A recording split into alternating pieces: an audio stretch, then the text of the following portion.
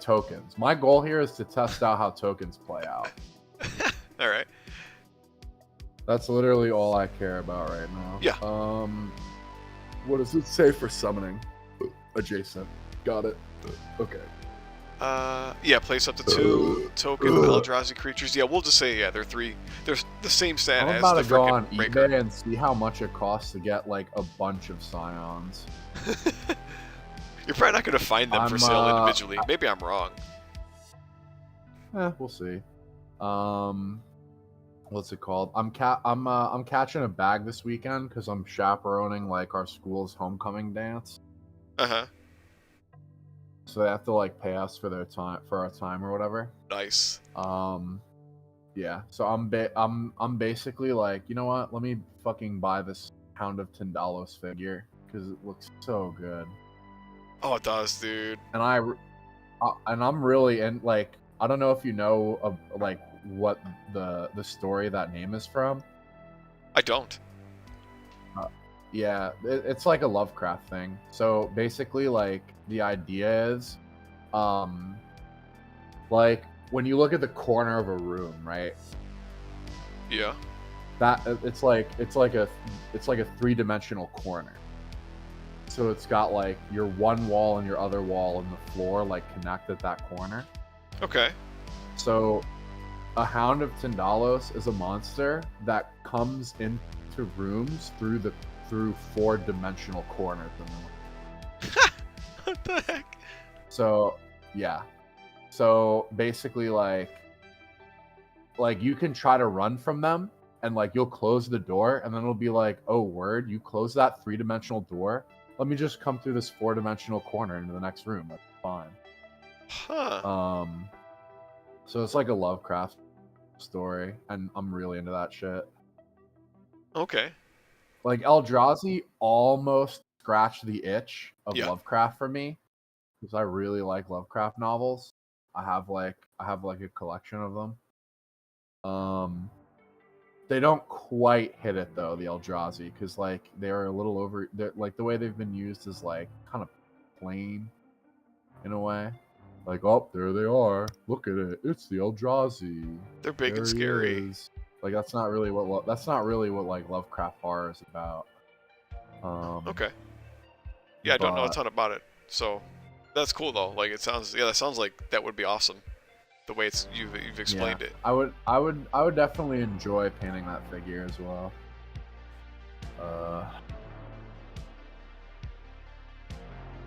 I also apparently it's like a Pathfinder figure, or Pathfinder like monsters, obviously. Oh yeah, that makes sense. Pathfinder. Yeah, do you play Pathfinder? No, just D&D. Ah, okay. And even that, not really much anymore. I've told you about that. Yeah, absolutely. On that. I didn't know. It's a shame, really, because it is cool. You know, I could definitely get like, well, let's not do that. You got like gaming PC or anything? You play Baldur's Gate or hear of it? No. Is that I play League of Legends on this computer. That's about it. Oh yeah. Okay. Yeah. You said you were gonna dye your like tint your Scions. Yeah, that's not black enough for me, dude. It's gotta be pure black. Actually, can you tell he's darker? Dark of the night. Yeah. In the dark of the night, I was tossing and turning. Yeah, I'm just gonna go with the blackest color that I can find, which is this, which isn't quite as black as I'd hoped, but oh well. I am black as fuck.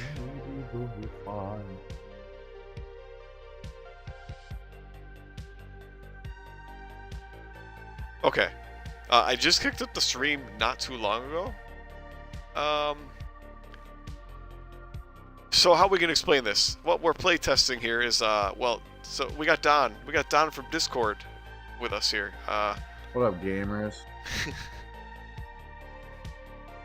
So Don is using basically a whole bunch of our custom goodies. We got, oh boy, we got what I'm already forgetting the name. The Blight Herder, which is a hero represented by the Eldrazi Ruiner token. We got the Mindbreakers, which I've been playtesting a bunch lately, and then we're also using a. He's 10 points, right? The Mad Prophet stand-in here.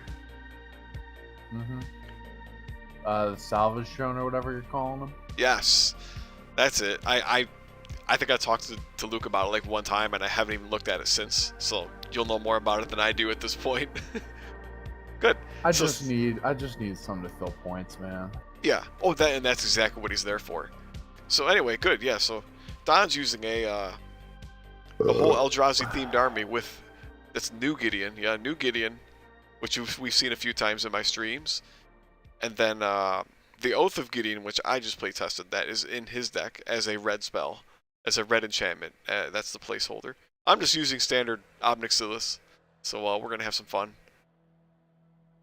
Charge counter. Yeah, I don't know. I'm thinking of something to represent the tokens with. Oh, I see. We'll cross that bridge when I create them. Good. Yeah, my goal here, folks, is to create as many tokens as possible, whether or not I kill this guy. So we're playing eliminate the Planeswalker or eliminate everybody? I don't care. I tend to play eliminate everything. Well, you know what? If I'm making tokens, you're gonna have all my bullshit. So let's go. Do it. Kill everything, man. Are we doing random glyphs or do you want to roll them? I prefer to roll them, but I don't mind if you want to wait until we have to step on them. Yeah, go for it. Hit it. Hit it, baby. Hang on, I'm still setting up my army. Oh, word. I gotta set up all the life here. What do we got? Blight Herder. Let's call it Blight H. And he has how much life? 8! Oh, God bless. Man, that thing scares me every time when you sneeze. 6. He's got 6 life. Alright. We got Rakers. They have 3 life. And then the hero. Salvage guy has Drone. 2 life. Okay. Yeah. Not bad. That all fits nice and pretty. Yeah, I can see this. I honestly imagine I will never activate this guy. No. You're probably going to summon him and, like, yeah, he's only there, like, if everything else is dead. It's like a Samu, you know? Dude, honestly, just something that you can throw down and be like, hey, this is going to be in an area to draw a engagement attack. Like, yes. That is just good in this game. That really is, yeah. That's why yeah. he's, like, I just think it needs to happen. You have all these extra points sometimes. It's just too easy to make some cheap hero that's like, he's not going to do anything but probably get an LEA. And that's, for 10 points, you can't really ask for more. Think how insane Mind Reaver, or how insane Death Reavers would be in this game. Oh my goodness. If you could summon them too, yeah, that would be dumb. It'd be over. Yeah, dude. You'd swamp somebody with Reavers in an instant. Yeah. They would definitely be black. So yeah, you would swamp them, literally. Roll initiative before you place your guy. Oh, let me roll. Or you want me to roll glyph, right? Let's roll the 2 glyphs. The first glyph I roll will be top left. The second one will be the bottom right. So power at the top left. Oh gosh, power. Here we go. All right. No. P plus 1. Draw a card one. Yeah, knowledge is just you step on it and it goes away and you draw a card. It's a one-time use.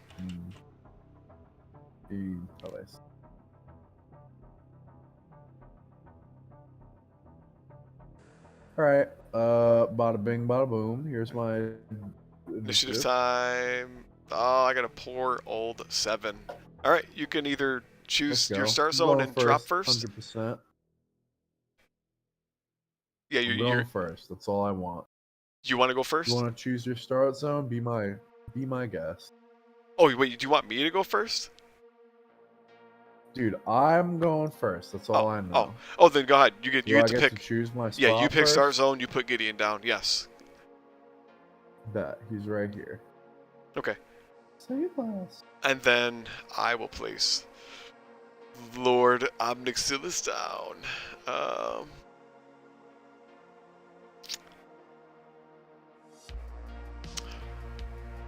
Yeah, where are we gonna go? I mean, I gotta do tried and true. 1, 2, 3, 4, 5. Yeah, tried and true. All right. Draw 3 from your deck. It looks like you're the top deck. Just make sure you pay attention to that. I'm using Lily Squatch. You're using Yep, got it. Gideon Eld. Draw 2. No, 3 cards.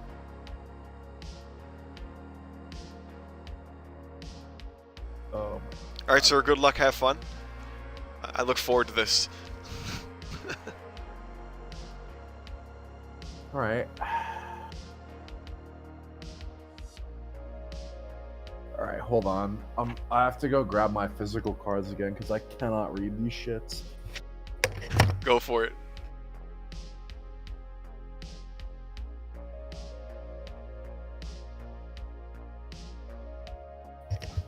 All right, got that.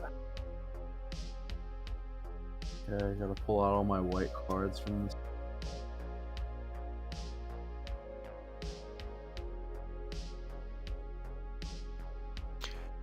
Oh, so you can't even read the spells if you click on them to like zoom them in from your hand? I can't be bothered to do that. Okay.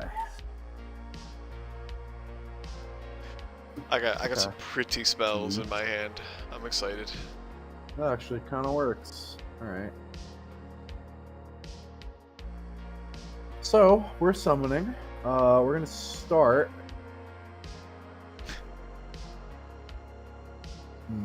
This is an interesting one right here.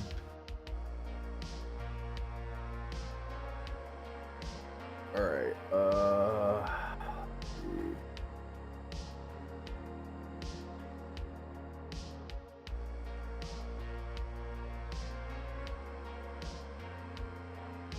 Black can't destroy any enchantments, can it?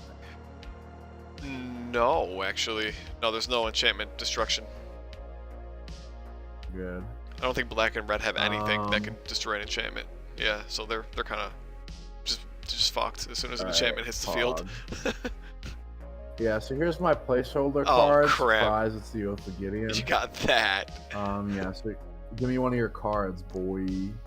Okay, Alright, so how are we gonna represent this? So what I do, I'm just gonna put it underneath. So I'm just gonna put the card from the top of my deck on the field. Oh, it's corrupt. I'm just gonna put it underneath. Oh, probably. So to back, and I'll just put it right underneath it, right there. My physical cards. See what that one does. Corrupt. It deals basically. I pick one creature within 5 spaces of my walker and deal 1 damage, and then I heal 1 damage from my walker. Gross. Pretty good card. I like it a lot. All right. Cool. Whatever. So I'm gonna summon my herder, the star of the show here. 1, 2, 5. So since it's a 2 spacer, I'm gonna put it right here in this. Wait a minute. So this guy is standing next to not 1 but 2 trees, and is entirely encased in shadow. So this guy is getting +3 defense dice in that position. So the trees don't stack. An extra summon radius. Trees don't stack though. Stack? No, and it's only against range attacks. You remember that, right? Literally telling me that Santa is not real right now. Yes, I am. I hate you for that. I hate being the mean parent. As I say that with a smile on my face. You. What's the hound's or what's the hound? What's the Blight Reaver's size too? He's not huge, right? Do we have him pegged as huge? I gotta look. You know what? Riddle me that next week when my figure comes in the mail, and I'll tell you how big That's true. I think, yeah, let me see. I have him at large 5/6 because the figure didn't look that big to me. But anyway, yeah, so huge figures can't benefit from trees, or at least that's according to HeroScape rules. We're generally planning on importing. He's large, so he's fine. You're telling me that Santa's a rapist right now. Yeah. He's fake, and he also raped kids on top of it. I refuse to accept that. That is not it. That's right. Trees don't make a difference, though, dude. There's not a single range figure in this game, so trees are literally they're no different than rocks.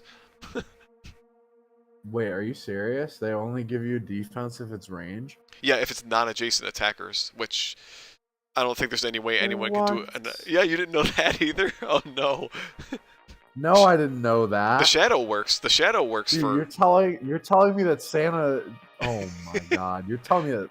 Dude, you're telling me it's Krampus all the way down. Mrs. Claus was in, dude. Oh, She's peddling children for Santa Claus. It's unreal. Yeah. Dude, I'm blowing my stack right now. Oh my god. Shadow space is right. worth it. Yeah, shadow space you get +1 toughness against everything, so that's good, but not for the bushes and shit. Yeah, do you need to rethink your whole plan suddenly? Like if you need to move Gideon or whatever, I don't care if you want to do that. No. Fuck you. Alright, I'm gonna emerge my fucking breakers. Here they come. One. Yeah, whatever.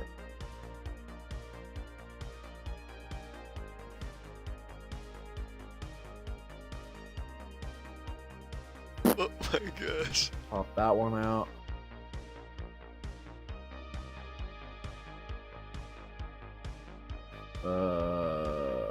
Pop this one out. Actually. Oh my goodness. That's so far, dude. Yeah, it does feel pretty good, doesn't it?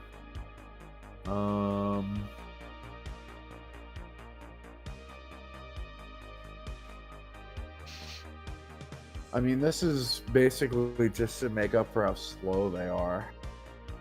Yeah, they are relatively slow. Yep. Oh, you want to do Control Z? You shrunk them. Control Z. We'll shrink it, or we'll put it back to wide, boy. Okay, yeah, that's good. All right, and then we move Gideon. Fat Raker. Oh crap. What's his move? 5. 5, I assume. He's a slow planeswalker.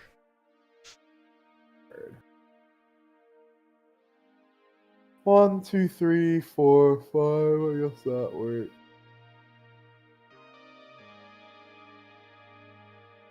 You know what? If I can only get there, maybe I'll merge this guy here. Okay. So at end of turn, I can have. I'm gonna put. Wait a minute. I'm not gonna. Oh. Yeah, it's called Not Forgotten. Here you go. Boom. Oh, you got this. Yeah, this freaking spell. Great. This is actually kill gonna my be. 2 guy. This is gonna be really good against me. Yeah, this is. Don't worry about it. This spell is utterly broken against range 1 armies. If you position yourself well, yeah, there's really not much I can do about it, honestly. Interesting. I'm interested to see because that shit'll proc for they'll proc for tokens. You know what? I think it will. You're right. Yeah, it says. Yep. So there's a creature. Yeah, you're right. Sure will. Shit, that's not good. Let's go. Listen, baby, I'm here to make tokens. Listen, token, I'm here to make babies. Alright, are you all done with your turn? Yes. This is gonna be a nice uphill battle, isn't it? Alright, give me my Liliana card draw.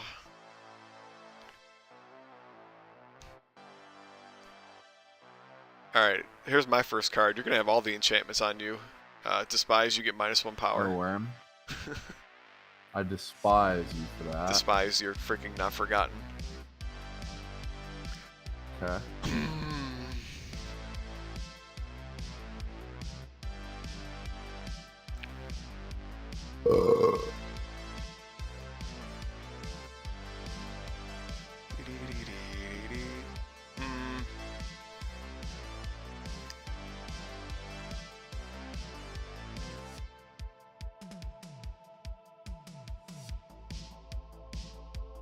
Alright, let's bring out the zombies. 1, 2, 1, 2, 3, 4, 5. Put Tweedledum here. 1, 2, 3, 4, 5.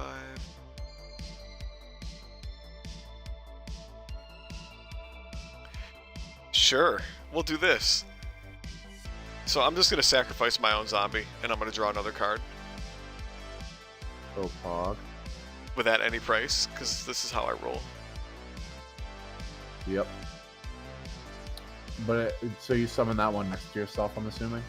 Yeah, he was right next to me. Yeah, you were. I don't know if you were looking or not. Yep. Perfect. Yeah, whatever. You know, I'm just clarifying because it's it's interesting gameplay. Cool with all that. I think 1, 2, 3, 4. Am I really gonna have to bring out the Ghoul Vanguard? I think we're gonna have to bring out the Ghoul Vanguard. Let's drop him right here too. Mm-hmm. We're gonna swamp this corner. We're gonna pull. I think this might even be more exacerbated because we're all range 1 figures. I'm gonna go.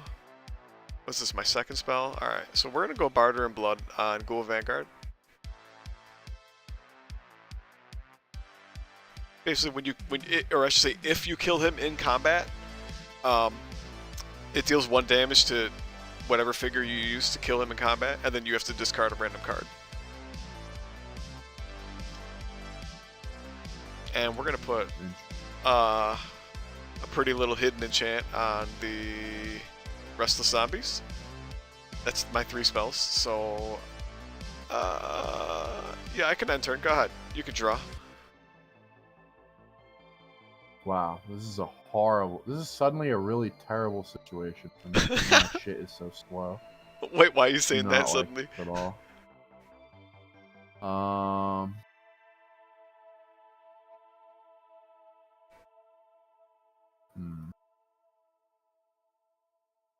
Yeah, my shit is kind of slow, and that's kind of bad.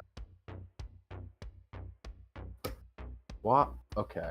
This card is horrible. I want this card removed from the game. Oh, what card is it? Did I give you a bad card by accident? Don't worry about it. Don't worry about it. Fuck. Oh, what am I gonna do?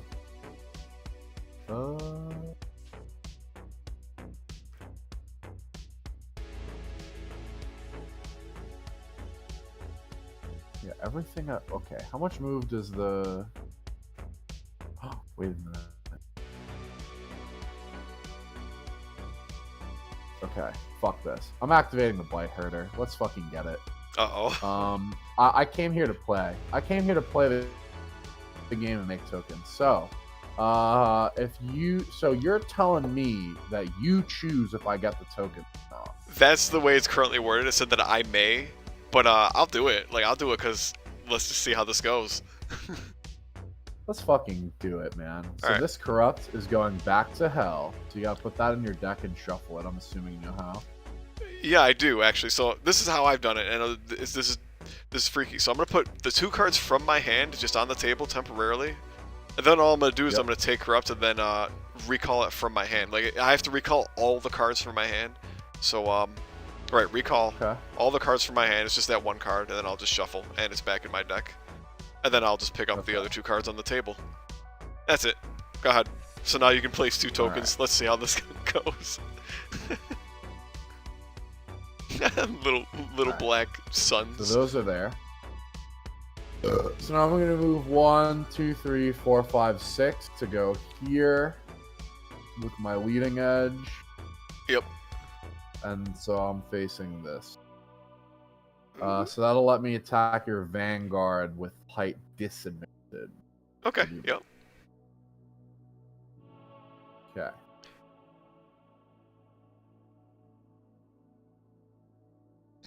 Okay. Bring the measly 4 attack. So I'm throwing 4 dice. 4 dice? I think 4 is right, yeah. Yeah.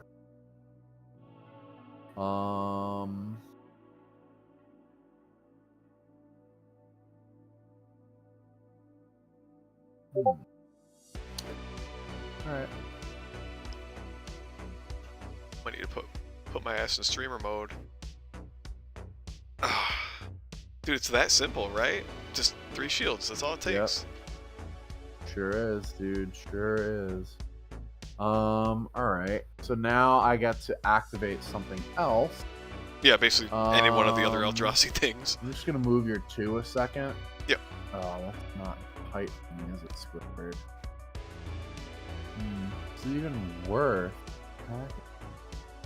Because I get to move with a token, or okay. So herd, the blight herder is gonna help me let me bond with something. Yeah, basically you get to move one of your one squad creature, or one of the tokens. Not super valuable for me to move this onto the glyph, because you're just gonna fucking smite it if I do that. Yeah, that really would not. That's really not my favorite thing, right there. 1, 2, 3, and 4, and 5. Okay. So, how much health does Vanguard have? 6? 5. 5? Yeah, it's actually on the top. Bad. Yeah, his max HP is on the top. It's his Vanguard 5. Yeah. Yeah. I gotcha. Alright, maybe I'll move this up and attack a zombie. Ooh, okay. Just because it's pretty weak. So it's even height, so it's 3-on-1 or something. All right, you triggered my trap card, sir. All right. What's this? Mental Agony. Is that flip. Me discarding a card? Yes, it is. When my enchanted squad's attacked by a figure, you discard a card at random. Strike bullshit out of my hand. This card is awful. Oh, Silver Strike. You literally did me a service getting this terrible ass card out of my hand. Yeah, I did. I actually did. Oh wait a minute. Yeah. Wait, you're supposed to discard. That card is literally not going to be good until we invent common squads. I'm telling you. It's okay. Although this it's not actually terrible. would have been the game for it. Wait. Yeah, this really isn't terrible. But first of all, you're supposed to discard at random. So wait, you have 2 cards in hand, right? Yeah. So roll d20. 1 through 10, we'll leave Silver Strike in. 11 through 20, we get rid of the other card. You're such a scumbag. Get rid of the other card. You're such a scumbag. You can keep Silver Strike. I hate you so much. You're supposed to do it at random, not pick it. But oh, it's Inspired Charge. Really oh damn. I hate you right now. That is so bad. Oh shit. All right. Anyway, you are scum. Does this shit only hit squads? No. My card. It's any figure. You talking about my card? No, I'm talking about the Silver Strike. Oh yeah, it only hits a squad. And now figure. You know I have this shitty ass card in my hand. None of my squads are worthwhile, dude. I won't care if you kill them, or if you use it on them. All right. Anyway, I rolled my defense. I got freaking 0 because it's a zombie. Yeah, get that guy out of here, man. Man. At least I got fucking that out of it. All right, you scum lord. It's your turn. I am the scum lord, dude. I'm not Nixilis. Yeah. Scary.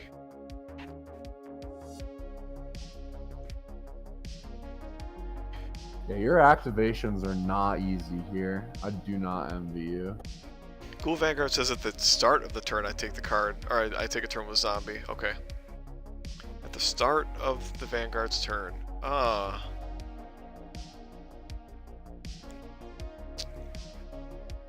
I feel like I don't like anything about this right now. This isn't good.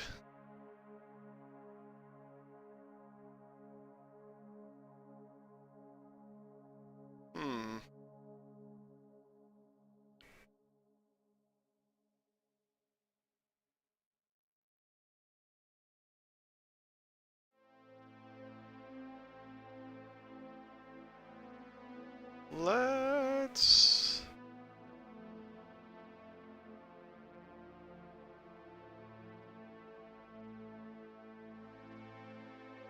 Alright. You know what we're doing? We're summoning. So I'm gonna go with Obnixilis this turn, because I think it's time for the Scions. We're gonna get all the Eldrazi on the battlefield. Let's go. Cool. Drop this fool here. Drop this fool here. Drop this fool here. So you can't summon on a glyph, but you can summon next to a glyph. Yes, that's correct. Yeah. Yep. Makes sense. We're gonna move Ob. So he's gonna come right up here, because coming is his favorite thing to do. And we're gonna attack. I'm gonna attack your thing, the Raker. Yep. Well, do you have to use your at any price before attacking? It could Or be does at it any not point. matter? It's pretty much, I can do it at almost any point during the turn, as long as I'm not resolving a spell Okay. or in the middle of attacking Yep, or yep. moving. Yeah, it's... Wow, that sucks. Take a damage. I'm Yeah, not even so going to put the some damage wounds on on him, my though, guy. because the whole point of this is I was hoping You're I'd kill blowing him up. Yeah, I'm going to blow him up, so... You can draw a card, go ahead. So I'm going to draw a card. Okay. I don't get a proc from Not Forgotten, which is pretty sad, but whatever. So I'm gonna take this shit. So draw one card. All right, and I'm not done yet.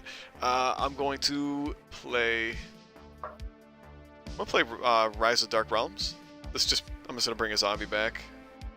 We're gonna place my zombie right here, and now I'll end my turn. Go ahead. So you put it like where that was. I basically I murdered your guy and then replaced it with a zombie, with a spell though. Yeah, I mean, it's pretty flavorful, you know. Whatever. Give me 1 second. I gotta find the card I just drew. Uh-huh. Here it is.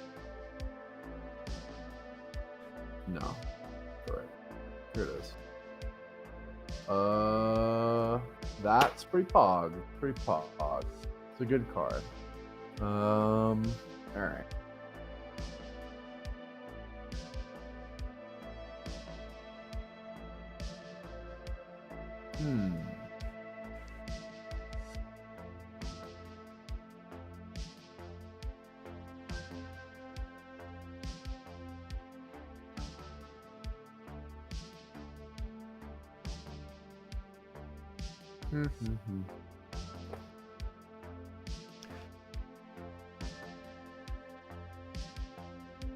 This is actually a pretty tough decision.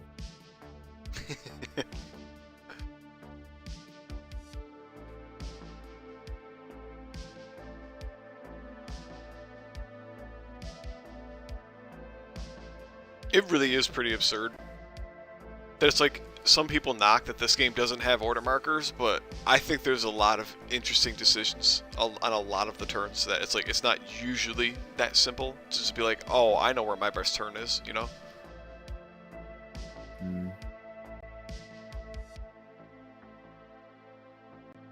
Wow.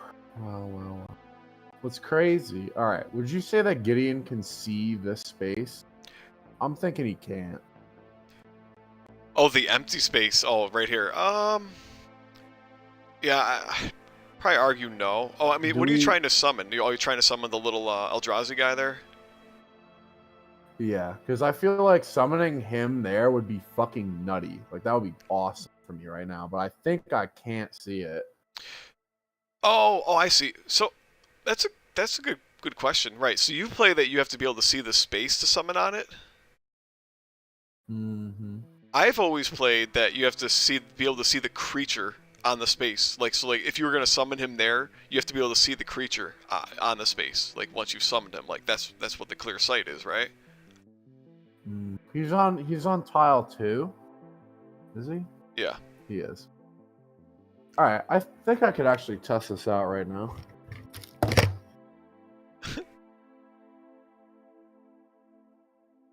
He probably could see the figure itself. I mean, without knowing what the figure, like, I don't even know if we have a figure pulled out for this guy, like the salvage drone. But assuming it'll look kind of like the other Eldrazi, I feel like it's semi-likely you could see it there, yeah.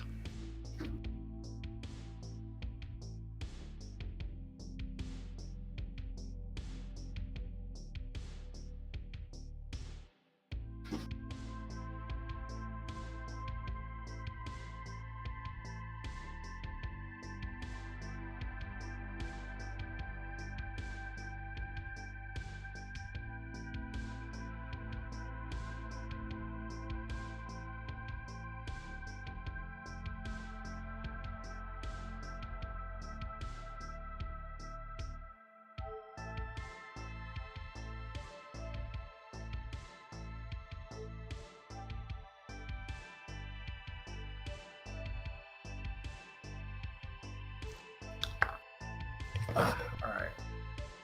So I've got some Heroescape terrain. Do we know what layer the rocks are on? We don't. Blue? I'd assume it's level 2 though. Okay. All right, perfect. That's what I assumed as well. So now he would be sitting here. So I've got him next to this, and then that space would be 1, 2, 3, 4, and then 1. So I've got a regular Gideon and a Scion figure. Yeah, I totally cannot see that. No, really? From Gideon's okay. perspective. Okay. Yeah, it's totally not. Damn, maybe There's I've no fucking way. underestimated how big those little rocks are. Oh yeah, I mean, like, here, I can even.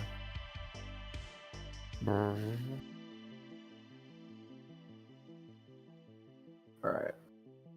So it's like, bada bing, bada boom. Alright. So. Oh yeah, you got the can glacier. see, like, yeah, Gideon standing next to this. Yeah, he's literally, like, so fucking short compared. So, like, there's a little Scion guy. And if I rotate this so Gideon's trying to look at him. It's so boned. Like, there's no way. Yeah. Okay, gotcha. Pretty much in the opposite direction, yeah. Oh, that was sick. Yeah, thanks for taking the time to do that. Yeah. I mean, it would be, like, I'm not going to lie, in this situation, that would be so useful, because I put it there. I'd have him come here, and he'd mollywop one of your Scions. And that would be a pretty good turn for me. But I can't do that. Huh. So I gotta think of something else to do here. And nothing is really that appealing. Oh no, I've made it very hard for you to get to Ob especially. Like, can he even see, like, I would say, like, I could maybe summon it on the other side of the rock, because I'm looking at the Scion figure, right? Yeah. And the Scion figure has a big ass tail. Yeah. So he would be able to see that tail, summoning it right behind the sculpture. Yeah, on that level 4. That doesn't bother me then. Sure, you know go what for I it. mean? Yeah, I'm usually pretty lenient with these rocks, like even when I play test, because I feel like, yeah, they're like, you know, they come to a point, so like they're kind of thin at like where a human's head would be, relatively, of course. They're really not, dude. I'm not gonna lie, they are not. And so, I think I've done it with a Vasian, though, literally, actually, at like one of our tables when we were playing locally here in Western New York. Like, I think I did this with a Vasian with her wings, because like she has like huge wings, and like I literally put her on the other side of a rock. And it was just like because her wingspan is so freaking huge. So yeah, it's understandable. I could see that happening. All right, so I'm gonna bring him over here, and I'm going to throw 7 dice. You have at your 7. Oh yeah, well -1 for despise too. So. Oh yeah, you're right. So 6, because it's the 3 counters, the base 3, and then the height. Yeah. So this guy's dead. That's what you're telling me. So here comes 6 on your Scion. Well, we'll see about that. Gosh, I need all shields. Well, he takes exact lethal instead. Nice. We drink to that. Not forgotten only triggers if it's my shit that dies. Yes, I have to be the one that kill it. To kill it, I should say. Yeah, gotcha. Yeah, I mean, it's not like I have anything like at any price, so right. That is fine by me. Okay. Go ahead. Nice. All right. Give me a Lily Squad's card. Oh, guess what just popped into my hand? I got good old Corrupts. All right. Okay. What am I gonna do to you?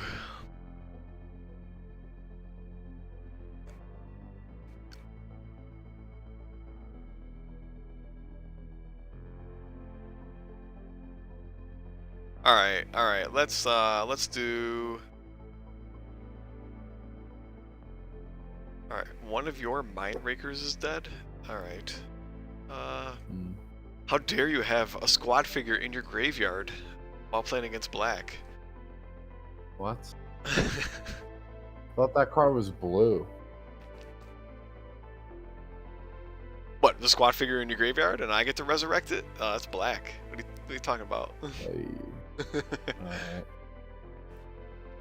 Alright. Yeah, I'm feeling kind of spicy right now. Not gonna lie. I might have to do a good old duress on you, which or well, duress on my zombies. All right, so duress is gonna go on my restless zombies.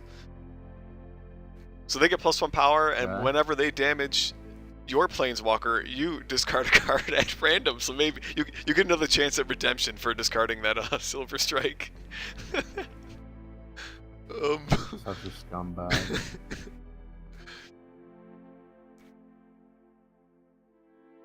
So I think I'm gonna activate Ghoul Vanguard. At the start of his turn, I will attack your Gideon with my zombie number 2. So okay. I get. So you have height. I get 5. I better get a hit here. Damn, I got 1 hit. What the frick? So I'm rolling 5. I think 3. Your base is 3. Yep. Oh, blank out. Let's go. Yeah, I'm low key thinking I should have just played normal Gideon. Oh crap! All right. I was literally thinking. You know what? I'm gonna roll these 2 defense for the. Yeah, that's what I thought. Imagine that. All right.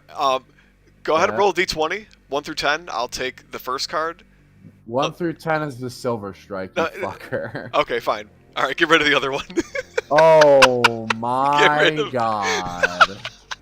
Yes. Oh my goodness. You'll regret playing against black. This is cringe. This is so cringe. Sorry for your loss. I regret playing the Gideon you made, buddy. the sucky Gideon. All right, Ghoul Vanguard. I'm gonna swing down at your Blight Herder.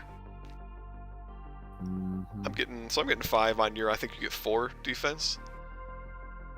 Damn, dude, really 1 hit again. Blocked.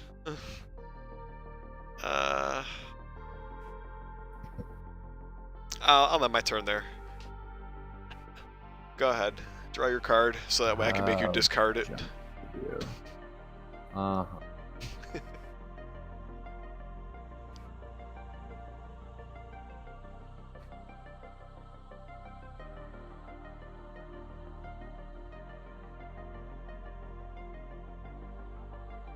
When does Gideon get his counter after he attacks? Yeah, it's at the end of the turn after he's attacked. Attacked at least 1 enemy figure, basically. Alright, if he leaves engagement with that zombie and then gets hit by the zombie, does he have to discard a card?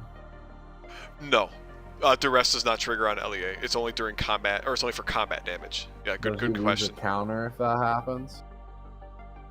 Yes, you will lose a counter, though. You lose a power counter. Yep. If I hit you with the LEA. So cringe. I mean, it's 50%. You might get away with it. So cringe, dude.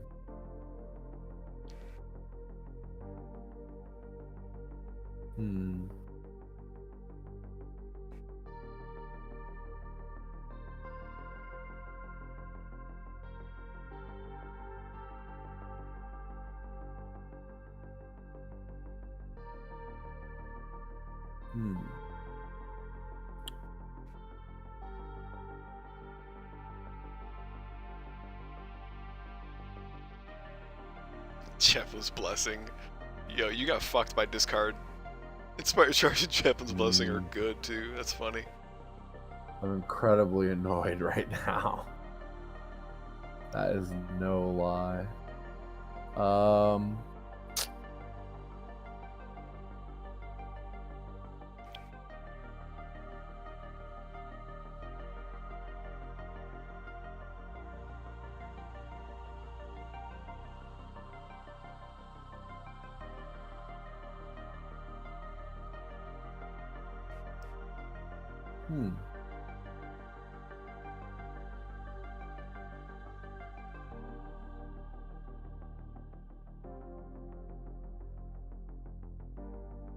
You know what?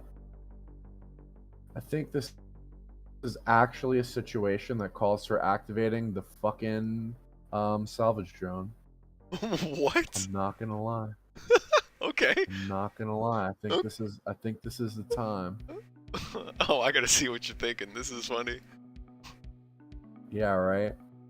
Let me see these cards in my hand. Are these good cards? Silver Strike and your brand new card? I discard one card from my... I can't do both of them? Man, you gotta be shitting me.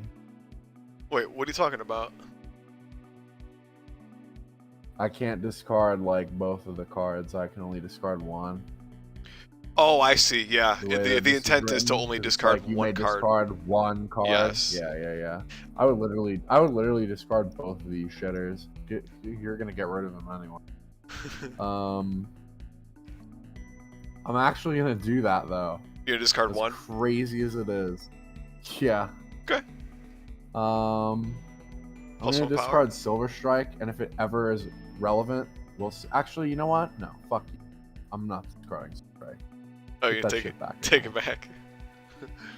Yeah. It's gonna happen, trust me. I'm gonna discard this other shit. Yo, what? Switch Justice? Okay, alright. No. Alright, whatever.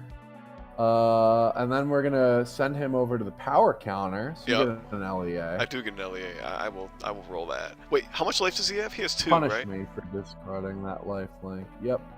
Alright, give me a hit. There's a hit. Alright. Insane. If only I activated lifelink on this guy. Alright, so he is gonna throw 5? Yeah. No, 4. No, Your Scion, which is gonna have height on it'll be 5 because you discarded a card and you have power +1. Yeah.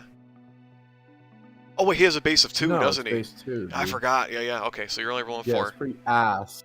Hey, he's 10 points. So this is what? This would be 4 on 4. Yeah. How much is a so 55 points is the Scions, right? Yeah. Which means that each Scion is worth 18 points. Yeah. And I would argue this guy is worth less than 1 Scion is. Yeah, he's 10 points. Anyways, here's 4. Oh, that's your 4 misses. I hate this game. Hey.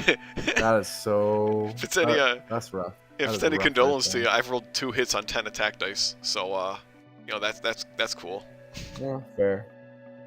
Yeah, fair. Alright, well, I guess that's it. Alright. Give me a Lily squad. Oh my gosh.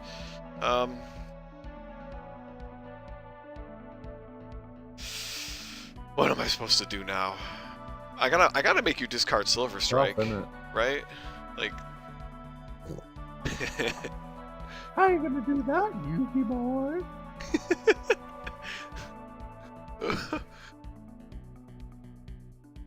Alright, what do I... You know what?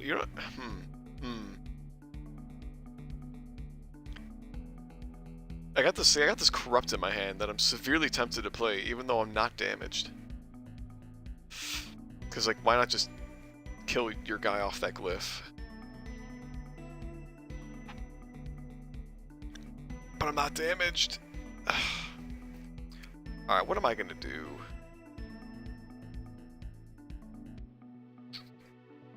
You know what?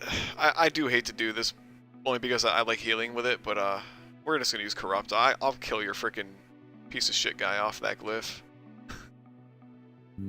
Yeah, sounds about right. I'm gonna do the same mold. Let's go Ghoul Vanguard. So I'll activate Vanguard. We'll take the attack with Zombie 2 against your Gideon. Let's take the 5 on 3. Hey, I got 2 hits. On my Gideon? Yes, Gideon. Yep. Yeah, you're rolling some hot defense. Well, let's take 1. Yep. So I'll finally make you discard what's its name? Silver Strike.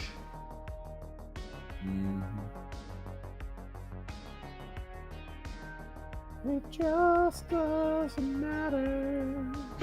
Poor Silver Strike. Vanguard will attack down on your the hound thing. What is it frickin' called? Blight Herder? Blight Herder. So this would be 5 on 4 against him. There we go, dude. We got the attacks finally. They're showing up. Oh. Let's go.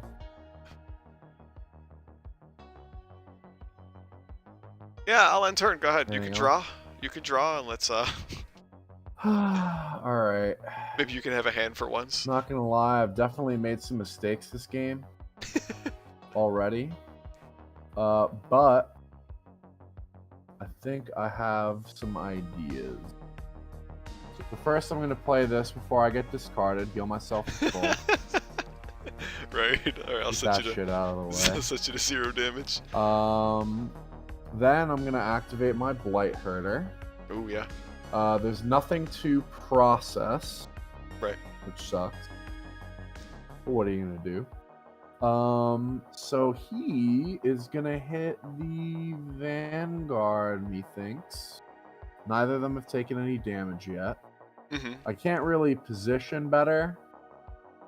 The only thing I really could do is maybe get an even height with your Scion and like attack that, but I'll take one LEA. Yeah. Which isn't really the end of the world. Actually, that actually seems kind of worth doing. So I'm gonna do that. Okay. All right, I'll roll the LEA. Like It's that. a miss. Of course, it's a miss. It's a whiff. All right, so we're foreign. Killing a fellow Scion, a fellow Foreign your Eldrazi. Scion there. All right. Oh my Yeah. gosh. Well, it's just getting processed, you know. It's getting processed, bro. Processing time. And now I actually have a pretty interesting choice. Because I could activate either of my Rakers here. And 1, 2, 3, 4, 5. I could attack your Vanguard or basically just a zombie. If I go that route. But I like this better because it can potentially trigger Not Forgotten. I'm gonna do this. Ooh, And yep. attack your there you go. So I'm throwing these are 3 attacks. Yeah, their base is 3. Here and do you have height on me perchance? Nope. You do. No, well, I think Do we're you both not? 4. Oh, Yeah, it's no, a I'm just a I'm silly 3v1. goose. Yeah. Yeah, you have height on Gideon. That's what you have. Okay. All right. Well, that guy's Yes. you're not that guy. Yeah, fine. All right, fine. You're that guy. All right. Cool. That's that. Zombie 2 is ready to take a shit on you, dude. Let's go. All right. Yeah. Okay. Let's see it, bud. All right, I could draw. Yeah. Why not? All right. Oh. Tear gonna fall from my eye here. All these cards.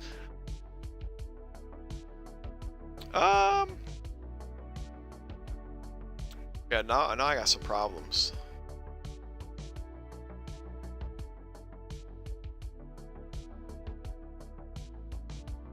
Huh.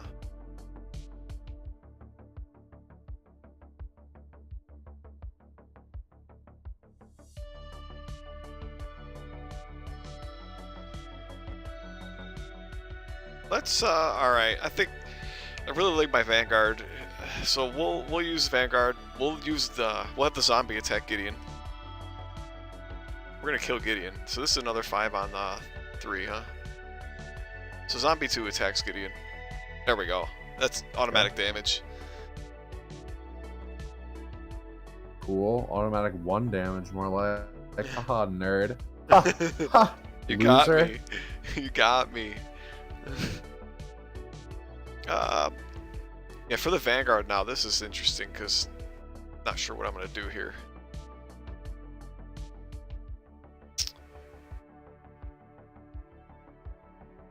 I might.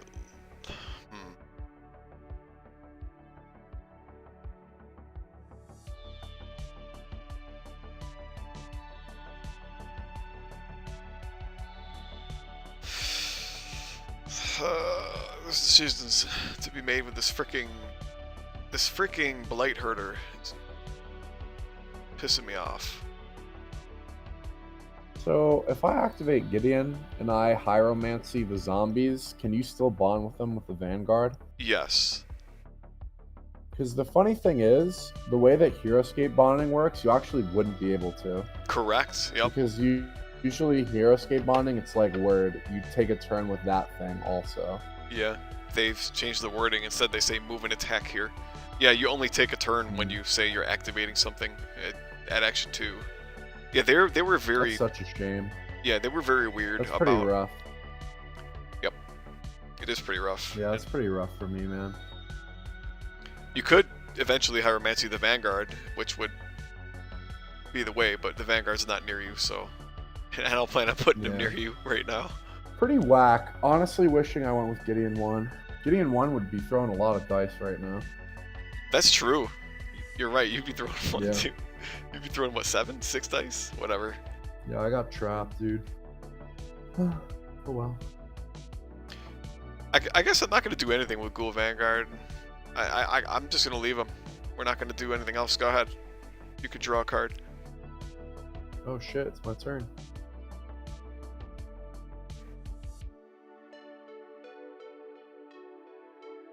Let's see what card I have to play this turn before I lose it. What the fuck does that do?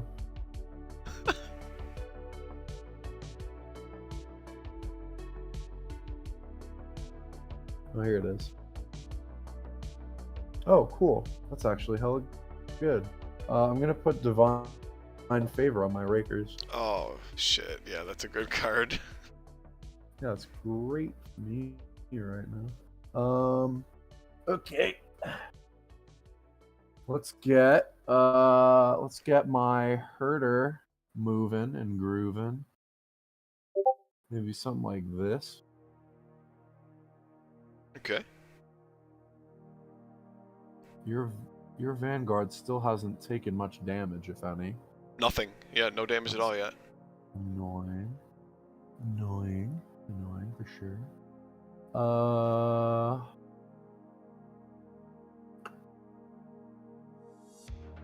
But yeah, let's throw 4 attack dice at him. Yep. I'll get 5 for solid. The height. No. You have height? Yeah, I'm on level 4. Oh, damn. Oh, okay. My defense has failed me, though. Okay. So then I get to move this Raker here. So 1, 2, 3. Oh, fuck.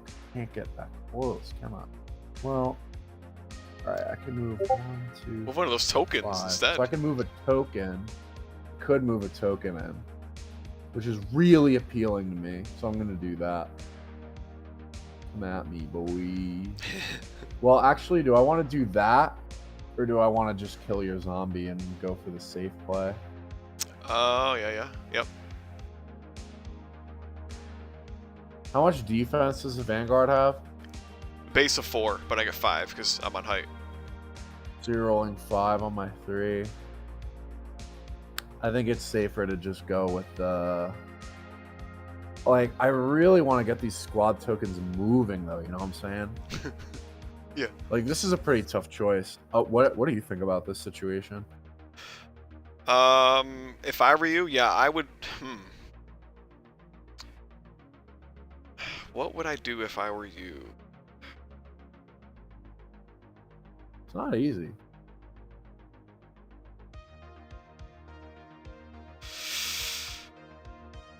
No, this really isn't easy. Because you could kill my zombie. I kind of lean towards killing zombie number 2. But, like, I already know, like, I can literally take my next turn with a Vanguard and put my other zombie over there and, like, refill that spot instantly. Yeah. So it's like, you just gotta work your way through. That's the thing, right? Like, yeah, Vanguard's kind of tanky where he is, and I got my zombies on the other side. Like, yeah, you're gonna struggle this game. Yeah, if you want my honest opinion, I say kill the zombie on the top by Gideon. Kill number 2. I'm throwing 4. Yeah, it's nearly an automatic kill. Raker. All right, let's just get it over with then. Yeah, that's a kill. Can't even freaking block. Can you roll 4 more shields for me just for the fun of it? 4 more? Why? Well, there's 4 Just blanks. so I could see what would have happened. What would have happened to the Vanguard? So I would have dealt 2 to your Vanguard, yeah. So who knew? Hindsight's 2020 right? In a game of dice, right? Yeah, go ahead. All right. Go ahead. Go ahead. Give me a beautiful card. This card. Ooh, wait.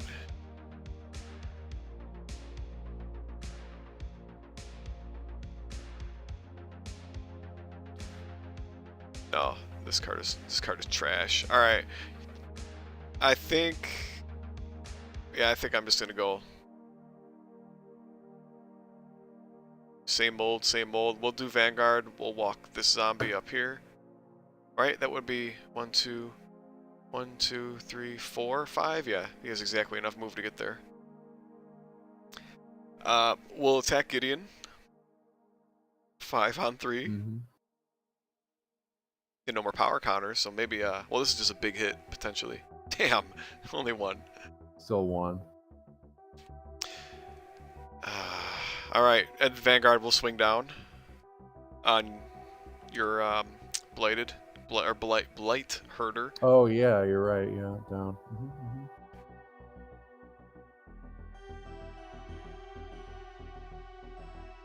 Nice. Wow, dude, I can't do anything to this. Pretty good. I'll pass turn there. Go ahead. Oh, I gotta take a call real quick. My wife is calling me. Yeah, no problem.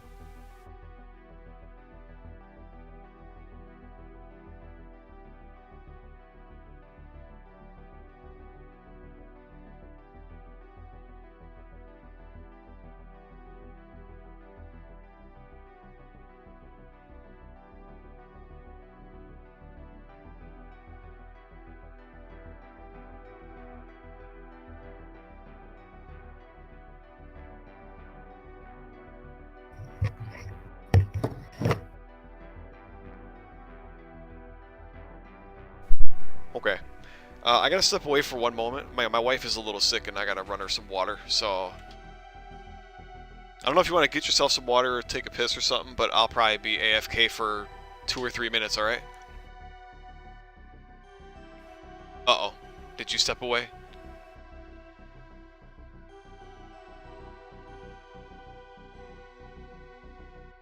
Where did he go?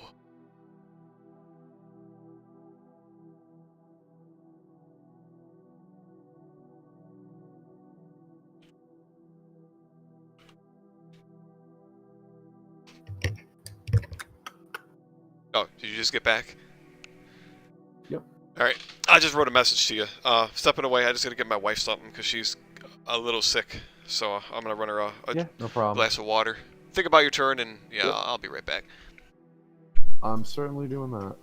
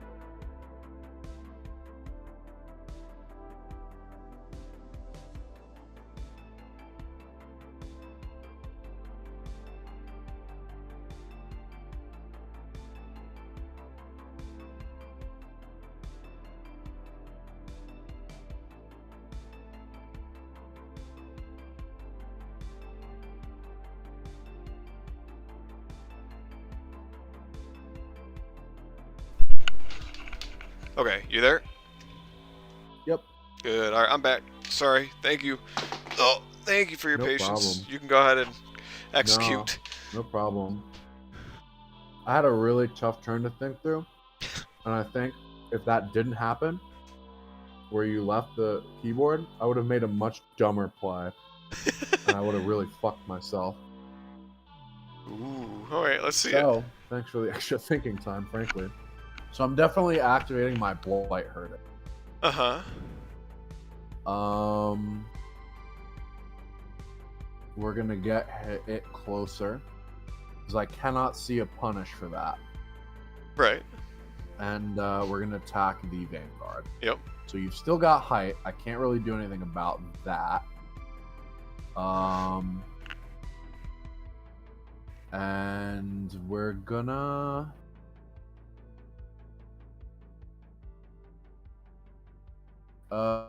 throw 4. Throw 4 attack. Yes. That ain't it.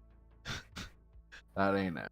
It's about time. So then we're gonna activate this Raker, who's gonna move around my Gideon, provoking but 1 opportunity attack. Yep. There's a hit. Okay. Okay, so it gets hit, but then it's gonna throw. It's gonna be 4-on-4 against your guy, because I'm on the 5-on-4, right? Because you got the enchantment. Yeah. You got what's a divine favor? Oh yeah, you're right. Yeah, I forgot about that. Thanks. All right, so that's 5 attack. Yeah. That's rough, buddy. That was rough right there. Okay. Fantastic. Okay, that's it. All right, let me draw a card. What beautiful card! Oh yeah, my last card. This is, you know, I hate when Painful Truths is the last card, because it's a card that lets you draw more cards, and it sucks when it's at the bottom. Wow, you got 5 cards in your hand, buddy. You've got you got an embarrassment of riches there, I would argue. Yeah, they're could be worse. I'm swimming, that's for sure. I'm swimming in riches.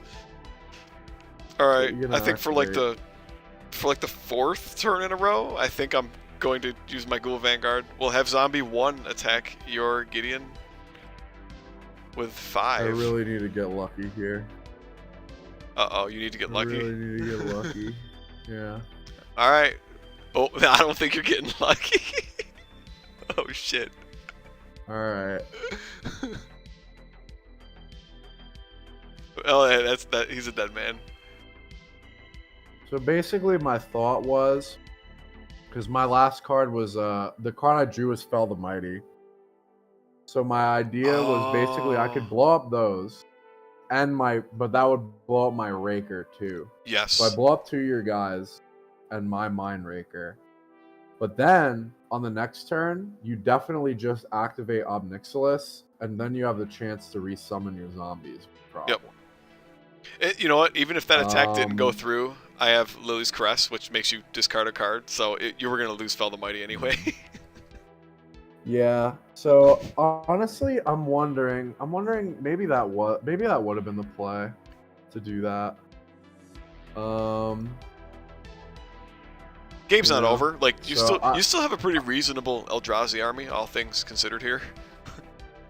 Yeah. Blight Herder is my Planeswalker for now. Pretty much, yeah. I don't know if you saw that earlier, but I considered telling you to grab that power glyph, like taking the LEA when you were asking me like what you should do, but I just didn't feel like it was worthwhile. But I also didn't know what you had in your hand, but I probably should have considered Fell the Mighty, because yeah, had we done that on that turn, I mean, hindsight's 20/20, right? Like, damn. Yeah.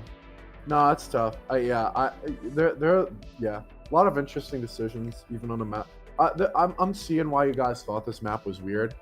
We could talk about that more after the game. Yeah, sure, absolutely. Anyway, yeah, let me do my Vanguard. So I'll just attack with Vanguard on your your new Planeswalker. Yeah, right.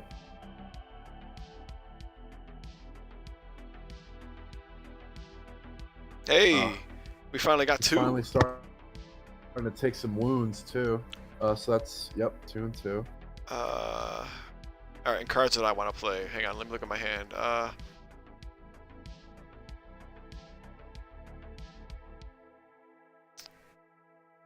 Yeah, I can have my turn. I think. Go ahead. So you can't draw. You're basically just moving and attacking. You're playing Hero Escape at this point. Yeah, truly with the bonding shit, you know. Yep. All right, so let's get my blight herder over here. Those aren't. So that's a 4 and a 3. You can't stop them there. Fuck! Yeah. Yeah. All right, you bastard. Shit. All right. Well, I'm still throwing 5 on your guy, so I guess I will do that. Okay. Yeah, sure. You get 5. Freaking power glyph. That's rough. Oof. Yep. Okay. And then we'll have my 5 on your 3 for From my the glyph guy. From here, yeah. Actually, let me think that through.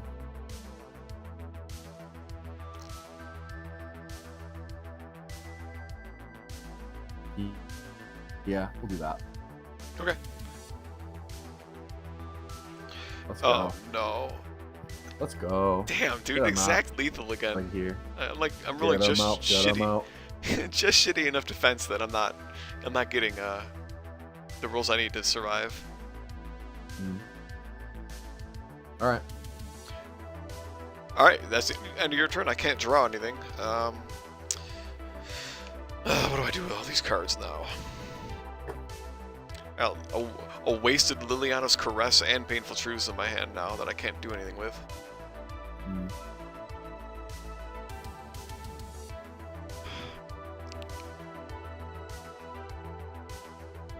Let's...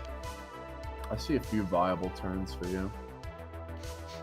I think my number 1 viable is just going to be the Ghoul Vanguard. So, Ghoul Vanguard's just way too good. Like, he's actually kind of carrying me. Strong, yeah. Constant activations. It's usually, I don't feel like it's usually that good, but this map it's been kind of easy for me to like kind of ball up here and like literally just keep Ob in the middle, and you've really been mostly unable to touch him. But yeah, I'll take this attack on your glyph guy. So this will be a 5 again, 5 on 3, 5 on 4 because you got that enchantment. I do have an enchantment. 3. Come on, that's a kill. See about that. Yeah. Right. Send him. Oh, you moved him. Send him out. Vanguard will attack your hero. 5 on 4. Damn, dude, what the heck? Go ahead, your turn. All right. I just have to attack your fucking Vanguard, man. I really don't have too much other choice. Yeah, your turns will be pretty boring. Actually, I do have a choice now that I think about it. Okay. I could kind of just start going for your Planeswalker and take some LEAs of my own. You could, yeah. Think about this. I could just kill him. You know? Maybe I'll try. I'll try. Or 5, no, 6. I'll do this. Send me an LEA on my blight herder because I'm gonna go 1, 2, 3, 4 over here. Take the power glyph. Okay, you're grabbing power glyph. You're gonna take LEA. All right, let me roll it. Miss. Okay. Okay. Cool. Yeah, I think this is a pretty big reward here. Word. I'm just looking at my deck. Do I not have Ultra's Reap in this deck? Like, that's a massive mistake if I don't, and I'm kind of mad. I didn't use Ultra's Reap. Wait, Ultra's Reap is in this deck. It says it is. Where the hell is it? Because it's not in my hand. Did I discard it or something? Where the frick? 2, 3. There was some when you had to shuffle the deck in. Yeah. I'm wondering if you maybe mess something up there? 1, 2, 3, Are 4, there 5, any 6. hidden cards around here? Yeah, that's so weird. Oh shit, you didn't use Killing Wave yet, did you, Squidward? Nope, I haven't. Hmm. Yeah, it says that there's seven cards on the table. Yeah. Oh well. Wow. I mean, I could probably pull this off without Alter's Reap, but we'll see what happens. Weird. It's not just draw cards. No, it's I get to kill a creature next to my wow, walker, and I heal. get to heal 4 damage. Which, if you're gonna start my targeting him, God. yeah. All right. Well. Anyway. I'm so scared of you getting all your fucking zombies back. Like, it's. I feel like zombies are kind of my bane because of that. Like, they never activate for me, and they activate first for my opponents, you know. 45%. Yeah, 45% of the time. It happens every time, right? Yeah, I'll just throw 5 at your Planeswalker because he's also throwing 5, I think. Yes. Got height. Okay, let's see it. I gotta get chat back up. Not bad. 3. Shit. 2. All right. First hit. First blood. All right, take 1. And then we're gonna send. Let's see. This will be 1, 2, 3, 4, 5. No, we're gonna send the squad guy or the token over here. Oh yeah. So the token is getting some action. Finally. We're gonna throw a base 3 at your guy. And you get 1 more for the glyph, yeah. So add 1. Oh shit, you're right. Oh, it didn't matter. Fuck. Oh, let's go. Like let's this. go. Let's go. So Ghoul Vanguard, right. wait, let me read it. Cool. Oh, it's only a squad creature destroyed in combat. Okay, I was about to say, if I kill a token and make another token out of it, wouldn't that be nice? You have been fooled today. Yeah, I've been shafted, man. Unreal. I See, mean, I'm it's killing not like wave. I'm gonna be able to make any more tokens, you know. Yeah. Well, I mean, you could if you get But the I damage. like this. You could, I like this rock paper scissors action. If you got the damage, if you get damage on Obnixilis with that last Raker, you could exile something, and I could allow you to make 2 more tokens. No, but it's from your deck, dude. Oh, you're right. It You don't is. have You're anything in your right. deck You're right. left. You're right. I forgot. Yeah. Yeah. So. You're boned. You Yeah, know. never mind. You're boned. Yeah.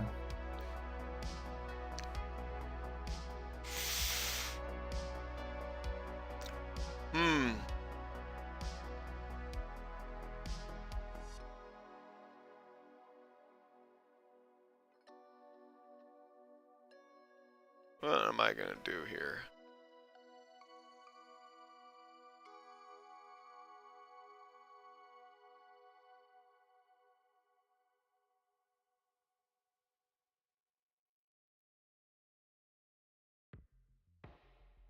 Huh. Yeah, I don't like this guy on the frickin' power glyph. This isn't good.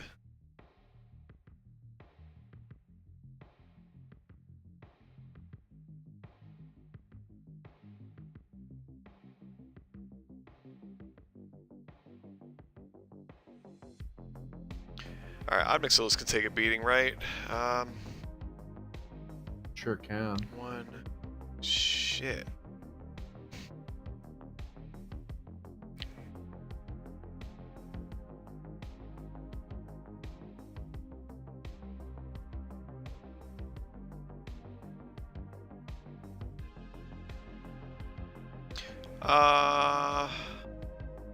Let me...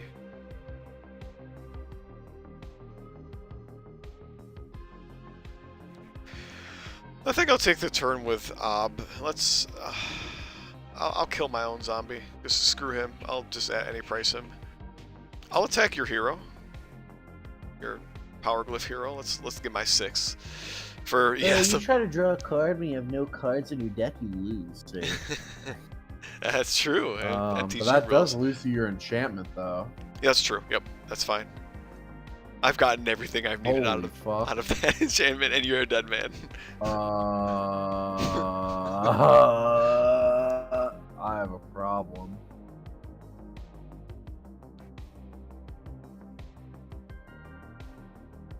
Oh, that's exact lethal, isn't it? Oh, yes. Yes. That's a problem. That's a problem.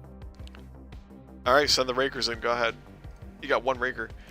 Yeah, so the question is, right, what do we do now with the, I guess the tokens just stay there and I basically just win when I kill the Raker? Yeah, because the tokens don't have a card. Yeah, you can't activate them. 3, 4, 5. You know what? You're gonna have to play on my field, bro. I'm moving this guy here. Oh, I'm so scared. Wait a minute. What's Obnixilus's move? 6.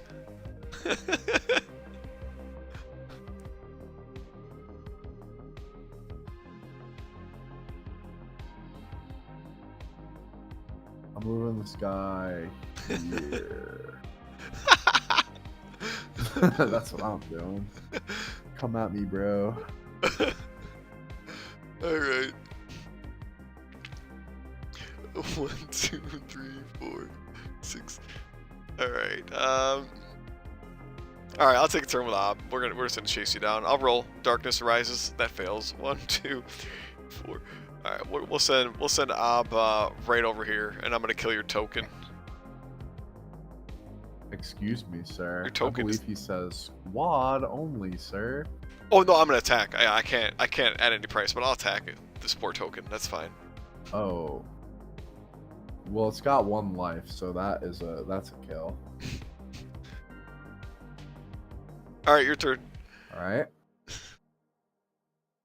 Right.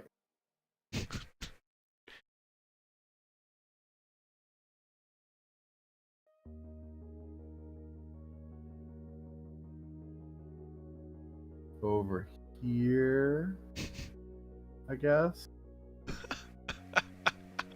Pass the turn. All right. I'll go Ob. Let's roll for my zombies. Oh, there we go. Let's 1, 2, 3, 4. Here they come. Here they come. 1, 2, 3, 4. 1, 2, 3.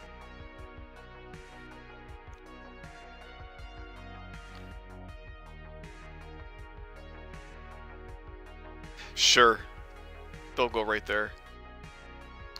We'll fly him right here. Let's attack this token. Oh, the token might actually live. Unreal. It's racist, dude. It's because I'm black. Let's go. Let's go. Let's go. You know what? I gotta right. hang on now. Hang on. We gotta play Ever After. For that. We gotta play Ever After at some point, right? Okay. Come on. The rules nightmare, you mean? Yeah, the rules nightmare. We'll put that there, and we'll just walk him. See it. We'll walk him 1 space and attack you. What are you summoning? Your Scion? No, this is yours. Oh wait, did I bring mine? No, this is yours. So Ever After says I have to bring it's a Scion. your guy. Yeah, your Raker.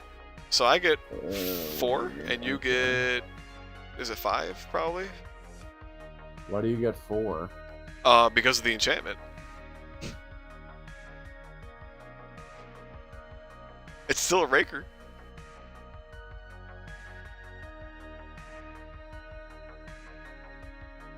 Nani. What the fuck? Are you yanking my chain right now? I'm gonna kill you.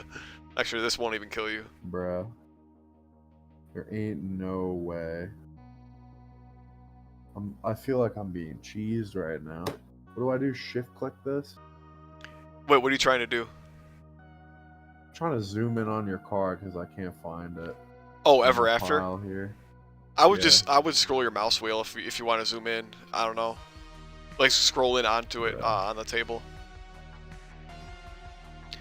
It doesn't say that I gain control of the figure. Yeah, this is kind of a rules nightmare. Not terrible, but...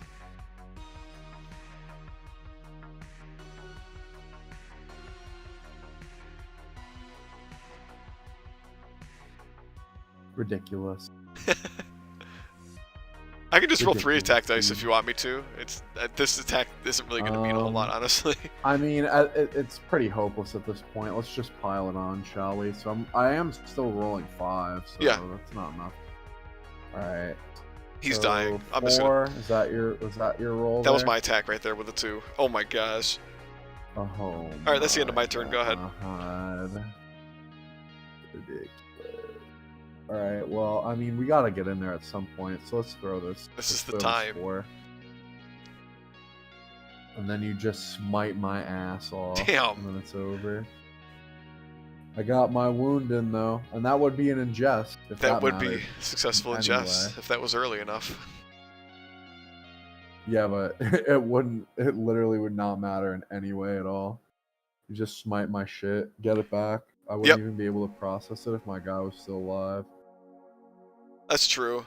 So Well, that's definitely it. If there was only one Raker, you wouldn't be able to process it. Yeah. If you had other Rakers, I can only, smite one at a time. So, smite him.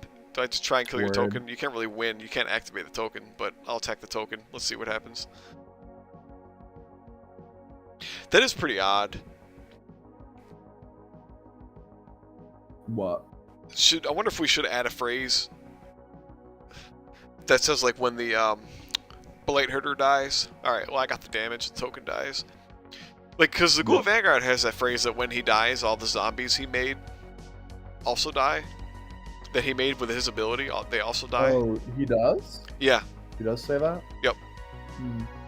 Although I don't know if Luke intended to keep that phrase, like when we convert him into like token creation. We generally, the intention was to keep the Ghoul Vanguard the same, just with better wording and like more clarification, you know? Yeah. So I assume. I honestly find it fun that they stay. I think it's cool. Yeah. It's almost like they become an obstacle, really. Yeah. Is what it feels like the tokens kind of are, which is nice. I like that because like the figures, the creatures in this game really feel like chess pieces that are protecting your king. Oh yeah. As in your planeswalker. And it's really nice to be able to like kind of throw pawns around. I think it makes this game kind of feel different from any other war game I've played because of that. Yeah. That it really feels like your shit is just kind of stuff you're throwing around as distractions. Oh yes. As you build your strategy on the board. And I think that's really neat. Oh, I love it. I think that tokens really add to that dynamic rather than take away. Yeah. So I would like really any tokens to stay on the board. The other thing is that it's pretty damn hard for the Blight Herder to make those tokens. So for them to die when it dies is like, it's an L. Yeah. Like, I was working this whole game to make that happen, and I don't know if it's because of the way that this map is, because I kind of see what you were saying with when you were playing this with G-Dance. Yeah. But it's like, it can be kind of hard to maneuver around here. The Eldrazi that we were using, pretty slow. Like, I was not able to get a Mind Raker proc off at all until the end when it didn't matter. Yep. Well, I made pretty sure that you weren't going to be able to do that, though. All things like, how do we put this? That's fair. No, you played around it well. Like, I'll give you that, right? So it was really hard for me to make that. Like, it came down to purely like my guaranteed exile off of my one. Yeah, the enchantment. Right. So like, if I were playing this with a red or a blue planeswalker, like I would have had no shot. I definitely learned I should have picked the regular Counter-Strike Gideon on a map like this. Maybe that would have been a lot better. I think he would have been way better in this situation. I was thinking that at the beginning, but I was like, "Oh, let's use more points," but they don't matter. Points because we're all range 1 here. Yeah. So it's like Counter-Strike gets a lot more it value. Would have been really nice. Would have been real nice. So that I learned. But yeah, it was definitely really hard to make the Blight Herder feel useful. I think, having played this game, I honestly think that Sorin might be the answer if we want to use them with. Oh, are you gonna word it so that your Oath of Gideon can't be used with non-Gideons? Yeah, well, that's why it says. The card literally says you can only enchant a Gideon Planeswalker. Yeah, that is the point. Right, yeah. Yeah, that's rough. Because I think it might be cool with Sorin to have like some of those black squad enchantments on some shit that you're using with the Blight Herder.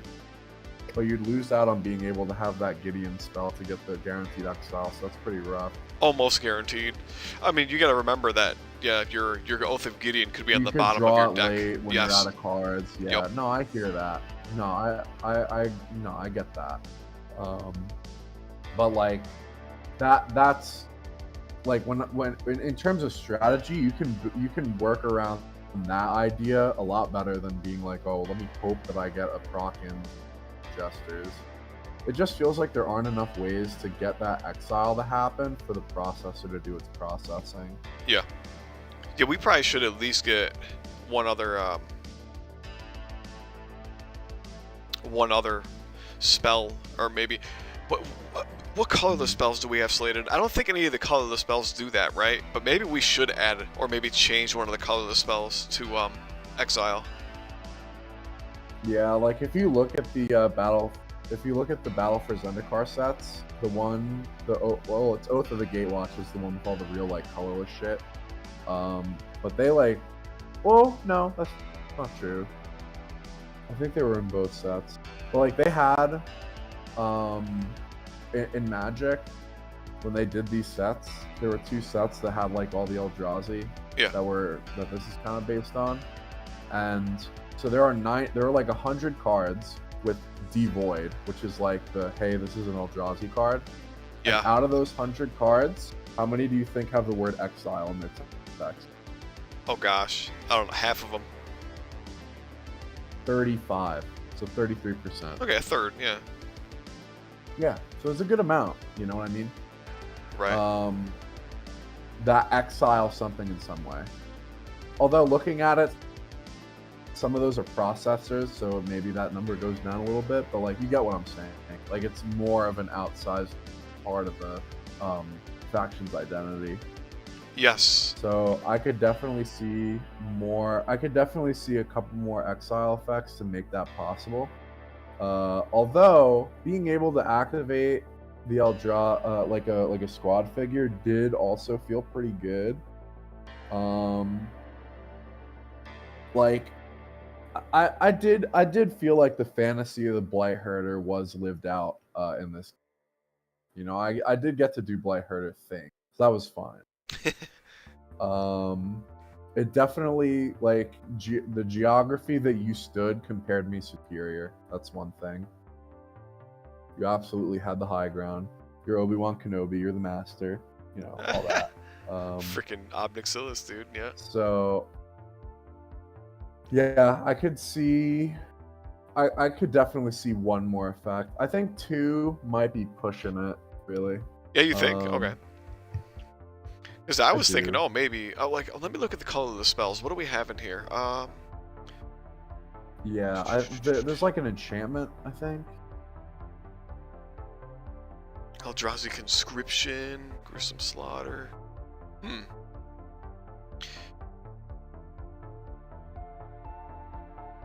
Yeah, I'm not sure. I'm not sure like how we could squeeze.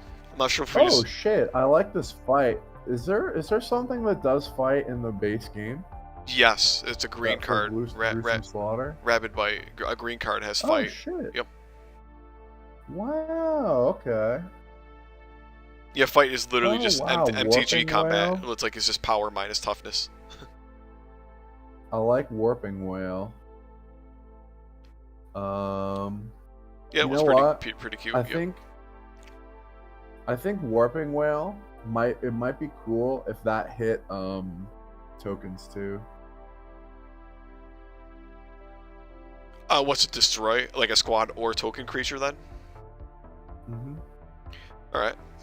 So I can see us making tokens with 1 toughness in the future, and this could be a cute answer. Yeah, not bad. Well, the problem is this costs 25 points, and yeah, you want it to be worth it. That's true. Well, yeah, killing a token creature for 25 points is pretty bad in my opinion, but yeah, unfortunately this basically has to cost 25 points because of the Eldrazi Resurrection. That's really what drives the price of this up. Yep. Spatial Contortion is hilarious. I love that. It's not bad. That's like, isn't that almost literally taken off the card? If you're familiar with the card, I want to say that's like 1-for-1, basically what the MTG card does. Yeah, but in this game, I low key, I'm gonna start. I would play Spatial Contortion in every single list that I run. Probably, it's not quite as good as some of the other buffs, but yeah, it's going to be probably decent enough for 10 points. Yep. All Is Dust would definitely have been cool to play this game. Yeah. All Is Dust will be powerful with you. Yeah, that's one more thing that we're missing is, like, yeah, you don't have Warping Whale to, like, regenerate one of your, like, in the Mind Rakers. You don't have All Is Dust. Maybe we should have considered these. Because, like, All Is Dust and Warping Whale, like, you could have dropped frickin' Fell the Mighty, and you could have used All Is Dust there, and it would have been, well, not quite as good, but still something close, right? Well, yeah, no. Yeah, that Fell the Mighty. I could have Warping Whaled the Breaker back. Yeah. You know what? Looking at these two spells, I like these two spells. Like, the tribal theme for Eldrazi feels like it's so close. Yeah. So definitely, like, that's the intention. Getting that Exile in there. Yeah, so it's like we should... Gruesome Slaughter. I would hate to get rid of, like, Diamond... You know what? Yeah, go ahead. Huh? Go ahead. What were you saying? Diamond Kaleidoscope. Yeah, I was thinking, like, we could talk to Luke about it, but, like, maybe I wonder if we just drop Diamond Kaleidoscope and find, like, a colorless exile effect kind of spell, you know? What is the point of Diamond Kaleidoscope? Just to be able to chant, or to change squad color. That's really it. Yeah, but, like, why? So that what if I could enchant my Rakers so that they don't get Fell the Mighty by myself? You could do that, yeah. You could use red Seize the Day. Like, you could use them with Nahiri to, like, make them red, so you can use Seize the Day on a Raker or on, like, any other figure. Yeah, you could turn them white. Like, you've already said that. Like, so you can't Fell the Mighty your own squad. You can also use Honor of the Pure then, because that requires you to have all white squads or all white figures. What else is there? Kind of niche, but interesting. But, like, there's hidden enchants. I guess that should. Go ahead. It's something I guess could exist. It's cute. It's cute. Yeah, it's cute. That's about it. But I feel like I agree with you that we could probably use at least one more exile effect, and putting a colorless spell in there to do that would be the best way to do it. And I think Diamond Kaleidoscope could probably disappear in order to add that, you know? I mean, are you specifically filling certain holes, like? With what? With Diamond Kaleidoscope? I mean, yeah. Like, do you have like a rate, like something that you're looking as like a ratio? Not like. So sorry, I didn't hear you. Something that I'm looking at as what? Like, do you have like a number of spells that you're trying to have in the set? Not. We could talk to Luke. Like, we were generally trying to stick to having 3 spells for each color, except for black and green, because they have like 6 less spells than all the other colors, and we just start at 6 for colorless.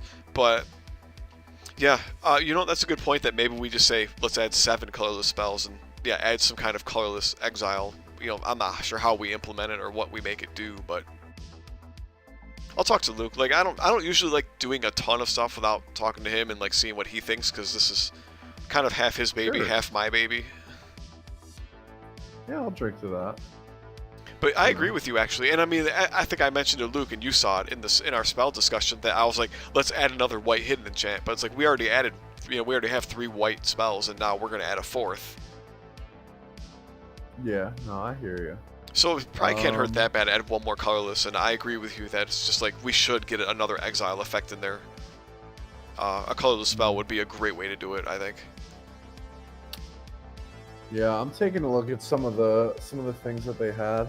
So I'm wondering, what do you think about the utility of exiling creatures to remove, like, it would be counterplay against stuff like Ever After or whatnot, or Rise of the Dark Realms or whatever it is.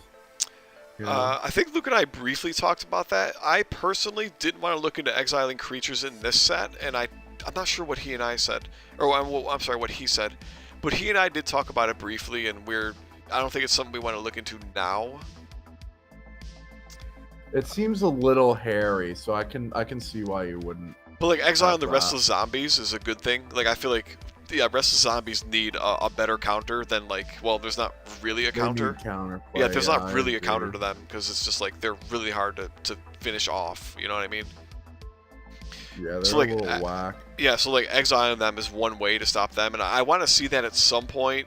It's just not this set. I don't think I'm ready. Like we're tossing a lot of new things in here as it is that I don't want to try and add one more thing right now. But yeah, something for the future absolutely is the potential to exile figures. Like I was even thinking just like we might make like or at least me personally, I don't think I talked to Luke, but that we make like an angel, like almost like a Vacian, or maybe like a hero, or maybe a squad even, like a 2-man angel squad or something. Because like whenever they kill a creature in combat, it gets exiled instead, you know what I mean? Ooh. Like that would be dope, wouldn't it? I mean, hey, that could be our 2-man disruptive squad for white right there. Yeah. So there's red. Red has a lot of exile effects. Oh, do they? Oh, I didn't know that. Yeah. So the idea is that it's like fire that burns so much that it literally like incinerates the corpse into nothing and it can't be regenerated. Oh shit, yeah, maybe we should do that. For like Kaladesh then? I would love to see that. That would be pretty neat. Let's make that, like, we should make a note of that. That'd be neat for red to have a thing. Yeah, 100%. I mean, we already have Phoenixes, but I'm sure we could find something cool in red. Ooh, Gremlins. Do they exile though? Is that like something they do? Gremlins in Kaladesh. There were, yep, I've seen them. Well, not really. Their thing is kind of blowing up artifacts, but there's something from Kaladesh that I like. Okay. Yeah, in red, I'm also interested to try to make a Ragavan figure. Oh, what? Repeat that? If you know who he is. No, I don't then. So okay, all right. So there's this basically there's like a pirate in Kaladesh who has like a monkey as her first mate, like on her ship. Yep. And their ships are like airships or whatever, right? Yeah. So he's a monkey, and in the first set, you had the pirate, and she would attack and make a token monkey that would attack with her. Oh, sick. And then in one of the supplemental sets, they made a single card for just Ragavan, the monkey. Yeah. And that card is one of the most busted one-drops they've ever printed. Oh my gosh. It's like a crazy cracked card. It's like absolutely insane how good this card is. Definitely one of the top 10 creatures ever made. Wow. Well, that doesn't mean we need to make it broken, so but neat. That would be cool to like have her and like have her monkey as like a cheap like 20 point or whatever, and like she could bond with it or something. Like, is that what you're thinking? I mean, either that or just make a monkey hero that is just that guy, you know? So like as like a cheap red hero. Got a couple directions to take him. Yeah. And he was on Kaladesh, the little monkey thing? Yes, sir. Yes, okay. Sir. I didn't read about that. Like I've listened. I think you already know that like I have very little experience with MTG in general. Like I don't play the card game, but I watched like 1 or 2 videos that were probably like a half hour each on like the Aether Revolt and like kind of like the environment of Kaladesh. But yeah, there was nothing like that mentioned about some pirate chick with a monkey. But that's probably because it's not really crucial to the story, I'd imagine. She's kind of like whatever, but then they like when they printed this Ragavan card, and that was, let me see, that was like 5 years after the original Kaladesh that monkey got 4 years maybe that the monkey got printed. Yeah. And that card is just so good. Like mostly the reason I like Ragavan, and I have like I have a stuffed monkey that I named after him. Like, I love Ragavan just because that card is so good. Yeah, I'm reading it. Like, thanks for that picture. That does look pretty good. My goodness. Yeah, because like back in the day, to have a 1-mana 2/1 was considered like above the curve. That's above the curve. So it had to have like a downside. But that's like upside, like nothing but upside, and a good upside. Like, this is what you used to get as a 1-mana 2/1 in red. Oh my gosh! Right. Yeah. So like you know, it's pretty wild how far Magic has come. Yeah, dude, the power creep. How do we get on this topic? Talking about Kaladesh and a red squad that Monkey. could potentially exile something when it kills it. Yeah. Yes, I'm gonna write that one. That one seems cool. But so an idea I had for this map. So looking at Sirocco. Oh yeah, let's get back to that. I think it's bad. I think it's bad for AOTP. It really as it is is right now. But it has the potential to be good. Why? So what I was thinking, so we have these glyphs on either side that make it so that why would you go in the middle, right? Pretty much. So what I've been thinking, I've told you what I think about like artifacts and what I want to do with them to have like the global ones that are out there. Yeah. You know?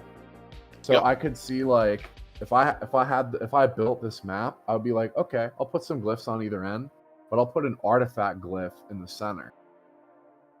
So there'll be an artifact on the field that the players can like go towards and like try to attack or defend.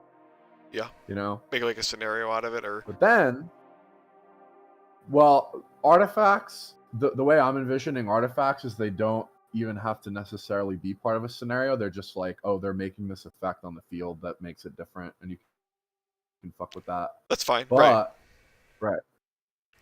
But I realized that this set is actually the set that is going to introduce artifacts because you have the Hedrons, and they are going to be artifact terrain.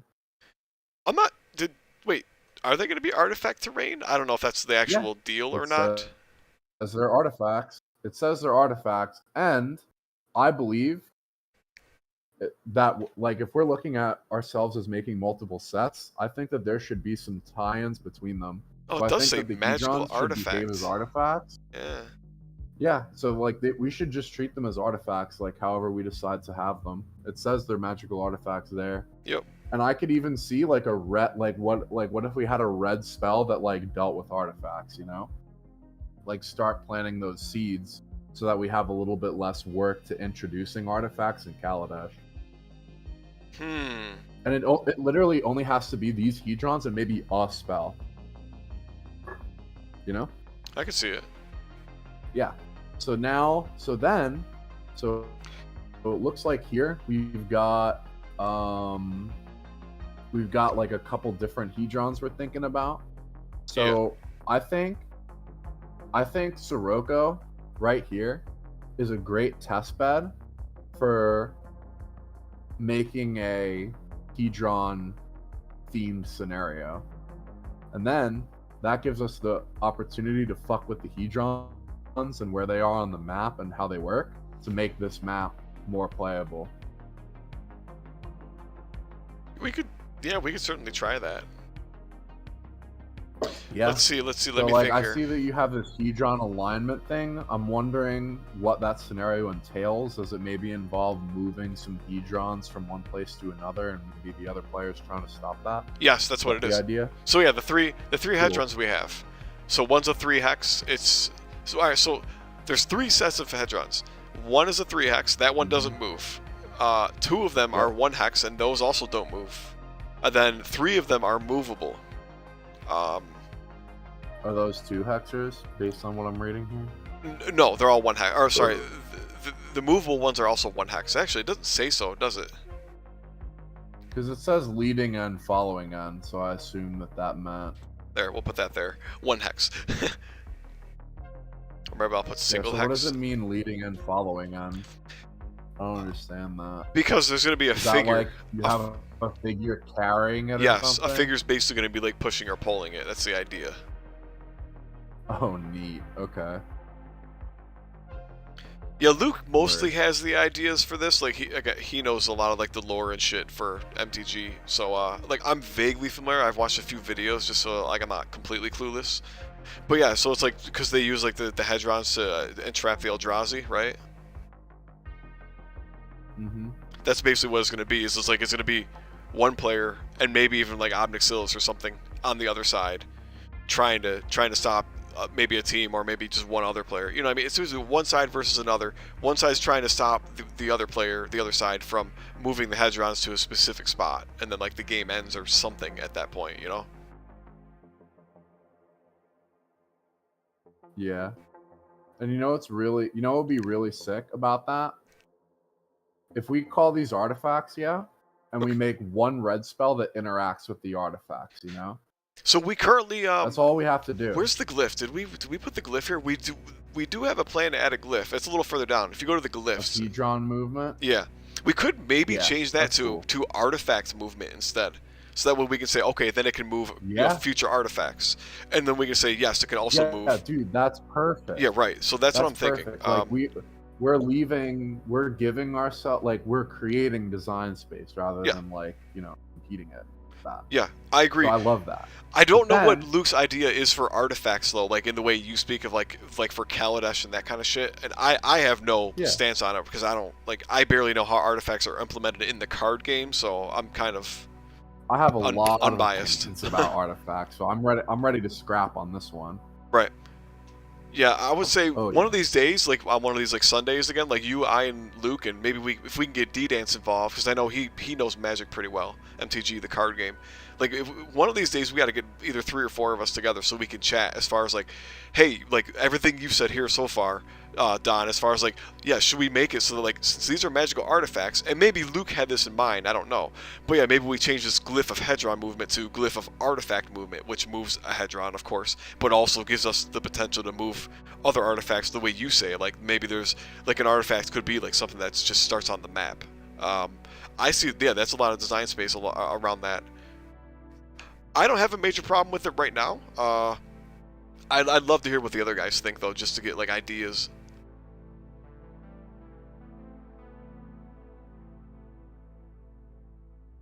Yeah, but like, all right. So red is the color that interacts with artifacts the most in Magic, right? But so imagine we'd make that one red spell that interacts with artifacts, right? Okay, in this set. set. Guess who? Yeah. So guess what Planeswalker would be able to interact best with the hedrons? Who? Well, the red ones, which would be Chandra and Nahiri, right? And Arlene, yep. Oh yeah, whatever. Yeah, she's part red. She sucks. Human form sucks. Right. She's gonna be playing green spells anyway. It doesn't matter. But Nahiri is the person who made the hedrons in the first place. Yeah. Right, with Soren and so who's the other one? Yeah, Ugin. Yeah, that's it. Yeah, the dragon. Yep. So it's a flavor win for her as a red planeswalker to be able to have something that she'll be able to interact with the hedrons with as a spell. So I think that's really sick. Yeah. Yeah. Well, what would your idea be? Like, would it just literally be like the same thing as our glyph? Like the red spell would like move a hedron, or what's the idea? I guess. Well, I mean, red a lot of times is really good at destroying artifacts or using or like sacrificing artifacts for effect. So like that, the way that this idea intersects with Nahiri is maybe not like perfect, but like say you're on offense trying to prevent the hedrons from being moved into place. Yeah. You had a red spell that could like deal some damage to the artifact. Yeah. Kind of what I'm thinking. Yeah, I can see that. Is as like a basic design, you know, just have a red spell that can deal with artifacts. Sure. Do some damage to them. Yeah, I guess I don't know. Is Nahiri like, is that her thing, as far as like lore wise in the cards, that she wants the hedrons destroyed or no? Well, she built them in the first place. Right. She's had some weirdness in her lore lately, just because she got like Phyrexianized and stuff. Yes. But you know, it's food for thought. Yeah. Yeah, we can definitely run that past Luke and see what he thinks. Yeah, I honestly did not notice the wording where it says. Comment here. Yeah, go ahead. I didn't even notice the wording that says magical artifacts. Like, oh, what did I just do? I just made a comment. Oh, there. Okay. That's I like teleporting. It would be cool to have these treated as artifact. Yeah, the first artifact's the OTP.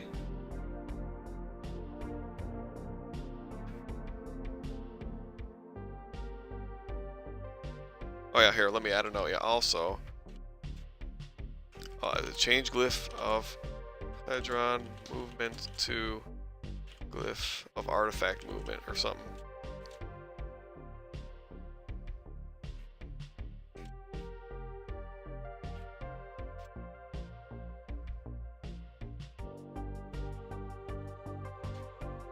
Alright, how do I set? Wait, how do I add this note? Wait, reply. There.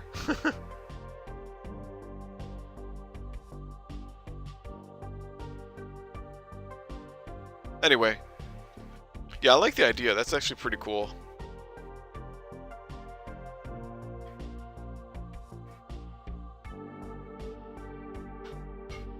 Are you adding another note or something here? Yep.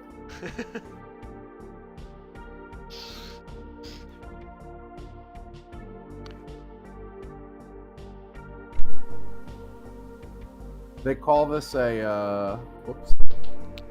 Not. They call it future proof. They call it throwing forward. Throwing forward, sure. Is what they do. Yeah, they throw mechanics forward into the future.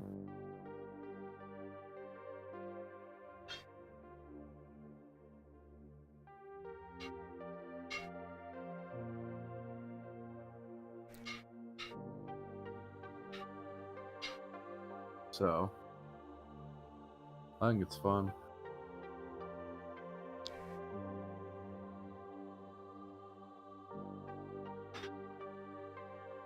Reopened. Okay. Yeah, I like it. I like the note. This makes sense. Word.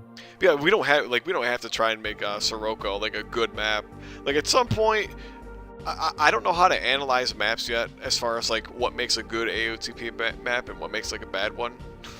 But I know, yeah, I think you see it too. Like, what's his name? D-Dance and I played on this map with I think we used Chandra and Liliana. Well, like those were ranged planeswalkers. So it was like, it's not just only the ranged one figures. Like we literally just went to the one corner and even shot each other like at that corner, you know? Yeah. Like it's very like no, you have a big open map, but like there's not much reason. And part of that might honestly just be that like the glyphs, some glyphs, like especially power +1, are just a little over. There's too much pull to them because like power +1 for your entire army is really good, and just from HeroScape, everyone freaking knows that. Yeah, I totally agree. But listen, like this is a map. Like when you're aligning the Hedrons. The Hedrons are going to kind of want to be relatively close together. Like, you could put Hedrons all throughout the middle of this map where the sand is and the shadow. And then, boom, bada bing, bada bing. Like, that becomes the main part of the battle that you're fighting over. Yeah, that's true. You know? So, I think, looking at this map, I literally see this as, I see... It literally looks like a skyscraper that with still the scaffolding around it that hasn't been finished yet, and it's just looking for somebody to put the fucking Hedrons in it.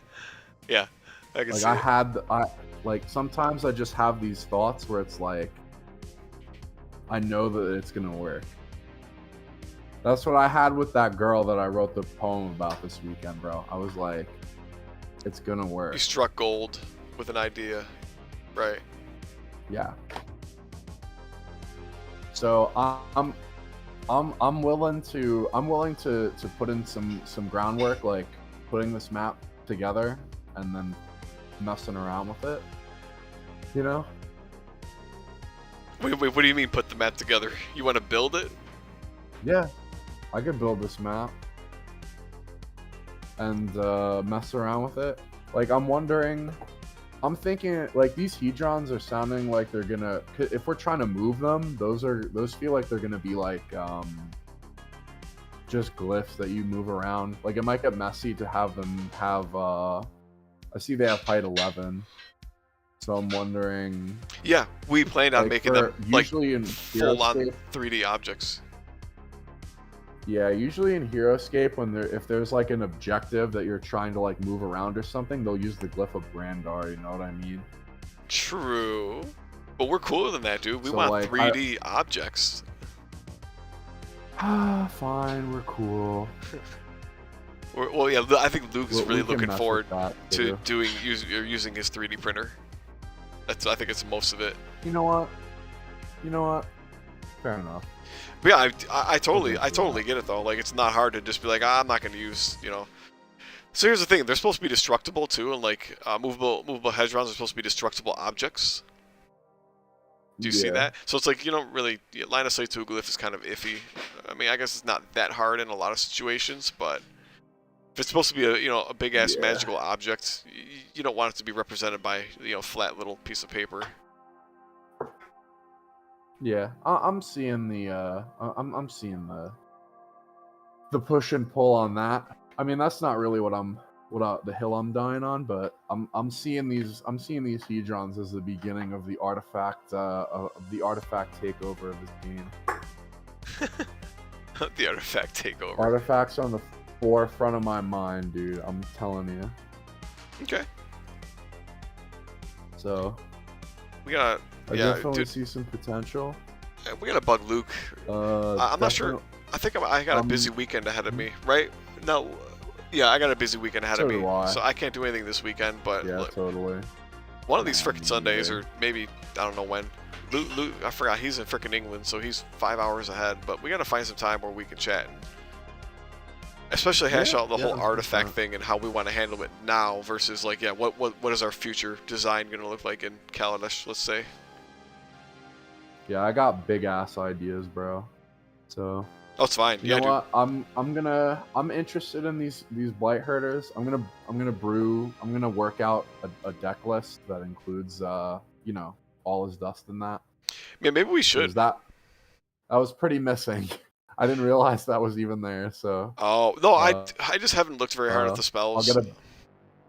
I'll get a better spell list together for the Eldrazi. Just to really test them out at like what I consider to be full power.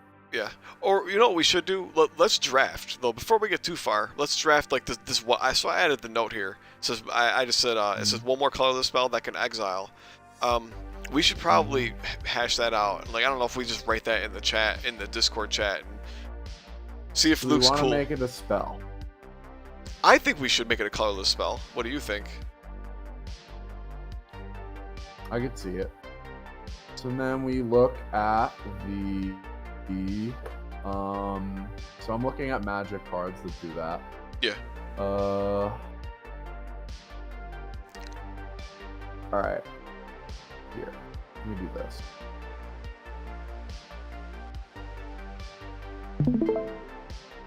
Okay. So here I'm looking at cards that do void as the Eldrazi mechanic. It basically means that even though there's a color, it counts colorless. Yep, I gotcha. Yeah. So, but they did it just so that they can have like these really cool Eldrazi borders on cards. Yeah. Essentially was their goal. So these things do not need to be colored, basically. We don't want them. So things that exile, like Scour from Existence is like a pretty popular, like it's a well-known card. It exiles a permanent.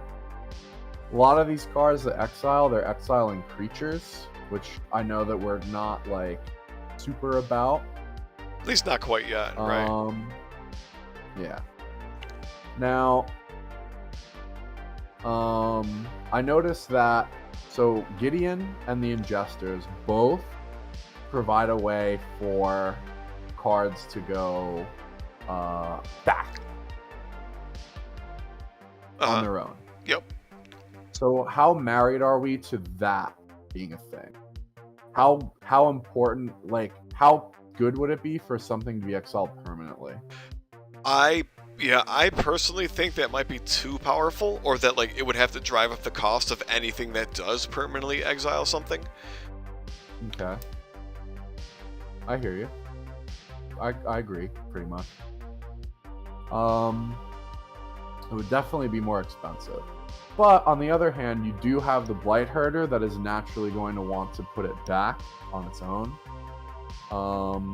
But you might not be playing the Blight Herder, so there's a push and pull there. Well, that, and there's also a whole question of, should we change the Blight Herder to be like, you know, that instead of saying that, like, you can choose a target player, and, like, instead of having it being a may phrase, you can say they must return a card from exile back into their deck? Like, would you prefer that? Do you think that makes more sense? I don't know. I want to get more games in with that before I can really make a determination, because you just sent it, right? But like, I can see an opponent denying you one turn and then like realizing it was a bad decision later, which is like kind of cool. I like Eldrazi are supposed to make you kind of feel like you're doomed. Like, where's the card? Yeah, like you're basically trying to take this is one. Horribly awry. Like, look at how down bad this dude is. he's like, dude, we're so fucked. You know? We're nothing like, but dust to them. Our bodies, actions, even words. Okay, yep. Like, that's cool flavor. So I think that the Blight Herder can honestly kind of build into that, which is really sick. Okay. So looking at spells, so there's a couple things that exile cards from the hand. Like this one, this one. Should we have some exiles to the hand? I mean, that might be pretty fun, yeah. This one, this is a creature that acts as a counter spell, and it exiles the. Oh no, this is a processor actually. You have to process cards to counter a spell. It's kind of whatever. This is kind of what I was talking about, where you have red spells that exile shit. But that's more common than just Eldrazi cards that do that. Exile target creature. We don't want to really get into that.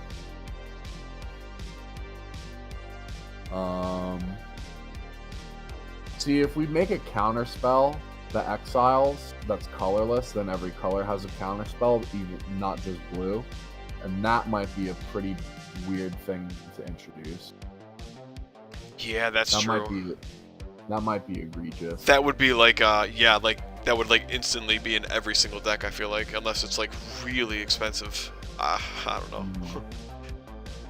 Yeah. I mean, maybe what we could do, what you could do though, I mean, to kind of counteract that is that like we could add like some kind of thing on the card that like says like you can't play it, or like you can't even include it in your library at all, like unless you have like a sign, or I mean unless you have like an Eldrazi creature in your army or something like that, or in your berserk, you know what I mean?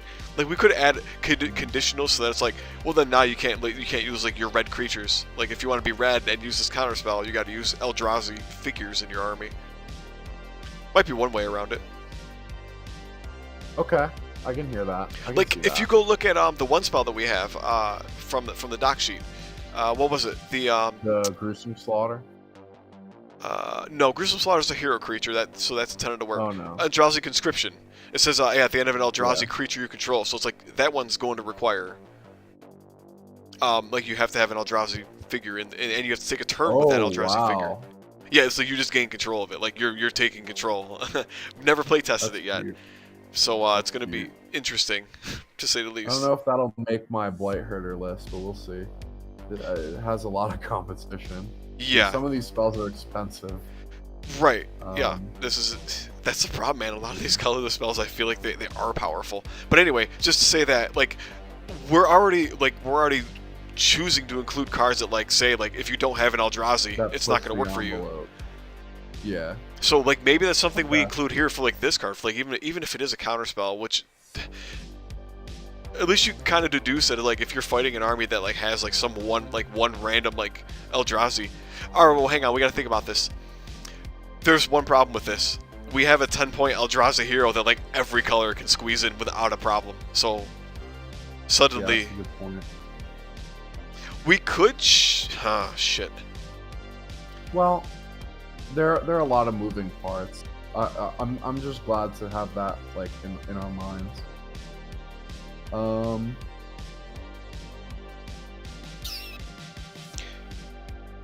It's like we look around for maybe another effect. Exile. You can maybe exile some cards from graveyards. That wouldn't be too bad. Yeah, that's less egregious, and like that's a really simple. We could make that cheap too. Like that could be a cheap card too. Like, this could be a super cheap card. You exile a card from a graveyard, so they can't get it back. If that even matters for their deck. Hardly. Make a token. Like this is a super Swiss Army knife card. Like when it came out, exile a card, make a token, draw a card. You know, places itself, gives you a little token, right? This may be our ticket. I'm thinking that, yeah, I like that. Good thinking, man. Yeah. We don't even have to have a draw card if we think that's too strong.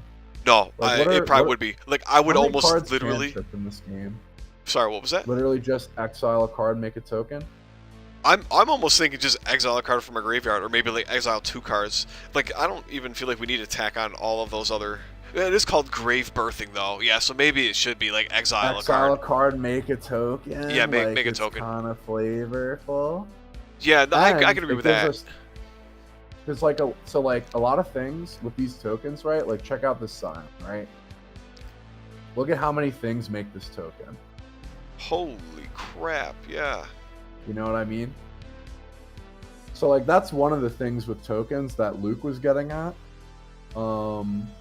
Is that it's like if it's being made by an effect, like you can have multiple things in your deck that are making a type of token. Yeah. You know? So it's like, okay, you know, I've got my Blight Herder and I'm playing this Grave Birthing card so that I can make a token and then Blight Herder make 2 more. So like you're it's built in with the theme, really. I like it. I'm thinking. I like the sound of it for sure. I always really like this card a lot. Yeah, you know what I would think? Right. So my gut, as far as like porting this card into AOTP, my gut would just be like, yeah, like, wait, target opponent exiles a card. Okay, so the opponent is choosing which card they exile, huh? That's what it looks like it says, right? Like they get to choose. On the wording, yeah. Yeah. So that's fine. Like we could even port that straight up and be like, when you play Grave Birthing, like you just pick an opponent and then they have to choose a card to exile from their graveyard. And then you, like, should we say you put I don't know if we want to say 1/1, but you put some kind of Eldrazi token. You make the token, like the same token that Blight Herder makes. Right. And do we say like do we say put it adjacent to an Eldrazi creature? Do we say put it adjacent to your Planeswalker? Like where does this where does this token land? What if it landed in front of their Planeswalker because we're exiling it from their deck? Oh my gosh. But is it supposed to be? That would be really weird. That would be, yeah, that'd be trolly, and I feel like that would kind of have to drive up the cost. Not gonna lie. No, but me personally, when I'm seeing this card, is I kind of feel like it should also say like, since this is supposed to be like the art on the card is a Scion birthing, like it's an Eldrazi birthing another Eldrazi, right? I guess.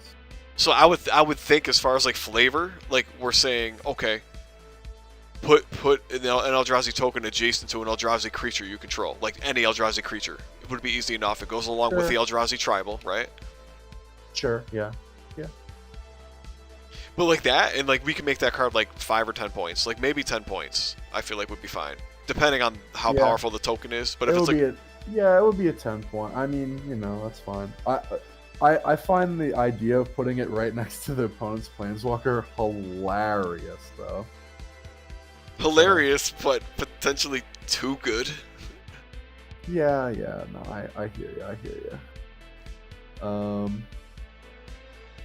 But yeah, no, I like this card a lot. I think this might be our moneymaker right here. Can I kind of want to add that right now as like a. Like, let's just write that in. Fuck making a comment. Let's just write that in and like leave a question mark next to it or something and. Sure. While we're on the topic of these spells, I want to point out this one's hilarious because it exiles a creature and a land, right?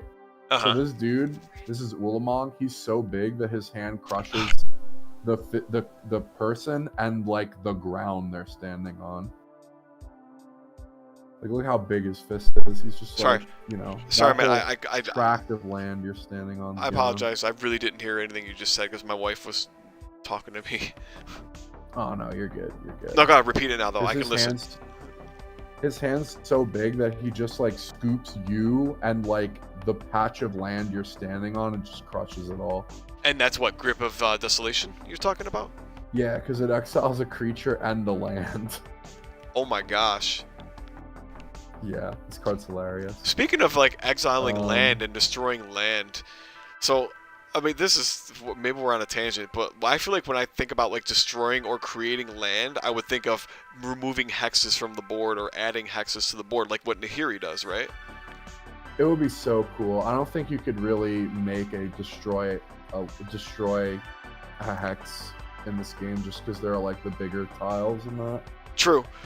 There is a possibility of saying like destroy, like remove a single hex tile from the game though. So that's like if you know it's a single hex tile, and I guess like it would have to be like on the top of the map. There's ways to do it, but it would be kind of like niche and like specific to be like you can't just like remove. It would be cool. It would be and a place to do it would be a Zendikar set. Yeah, I mean, I don't have any intention of adding it now, but like at some point, I want to add things that like say like that do like what Nahiri does, where it's like put a land tile under somebody. Like I think green should have that. Like I've already drafted a custom that would do that. Yeah. That's just I forget what it says, but it's literally just place a land tile under a token or under a creature you control. Like and it's literally just Nahiri's ability turned into a spell. Yeah. I think it would be cool. But what was that card again? Grave Birthing? Like, I'm seriously gonna write that in, and we'll talk to Luke about it at some point. I'm gonna write that into our, like, that's what we need as far as like a spell that can exile a spell. I'm gonna put that right here. So it's called Grave Birthing. Oops. Type sorcery. Types. Yep, sorcery. Text. And it is what is it? Target opponent exiles one. I mean, should we just say exile one card from an opponent's graveyard? So like you get to choose which one it is too, or what? I mean, it seems it would definitely be better. It would definitely be, a good card to play at that rate. Because right now, exiling anything from a graveyard really doesn't do a lot, except to blue, because they have one card where they can recur a card from their graveyard. And then there's also the recall glyph. The recall glyph can let anyone take one spell out of their graveyard. So those are like the two minor uses that I can think of that this card is going to have. But it's like exiling otherwise. This is countering, so it feels like the fact like them getting to choose kind of makes it a little silly. Well, all right. If we if they get to choose, I would put the token in front of their face. But if I get to choose, I'll put it in front of my figure. Well, here's the thing. So the spell that we're quote-unquote countering from blue, like if blue wants to recur this one specific spell, like a really powerful spell from their graveyard, the spell that they have to play costs 40 points, which is balls expensive, just to be able to take a card from your graveyard and shuffle it into your deck. There's parts of me that think maybe Grave Birthing should keep that, like the way it's written from MTG, to be like, they could choose which card they exile, because I would hate to fuck blue in that way, to be like, they have to pay 40 points, like, out of 200 points, that's 1/5 of your deck, and then, like, for you to, like, take, like, maybe their best spell, or one of their best spells away from them and exile it, feels kind of bad, but at the same time, then it turns into, they'll just exile a 5-point spell that doesn't mean anything at all, so, Interesting. It's something to think about. Here's the thing. If Grave Birthing is going to remain cheap, which I think I'd like it to remain cheap, I think I would prefer that the player, like the target player, chooses which card they exile. If you can go along with that. Yeah, I'm game. You really don't like that though, right? You would prefer that the player using it gets to pick. Hey, listen. I mean, it's a give and take. I understand that. Cost shooting 2. Just put 10. Just put 10. We'll leave it at 10 for now. All right, we'll put exile. Wait, how do we word this? Would it be like choose a card from an opponent's graveyard, exile it, something like that? Choose a card. Choose. Yeah, I don't know how to word this, but I mean, Luke is what's my, he's real snappy with being able to word these. So even if I don't word it correctly, he can fix it real quick, I'm sure. Choose a card in an opponent's spell graveyard and exile it, right? So choose a card in an opponent's. I had it right. Spell graveyard. It might just be graveyard. I forget.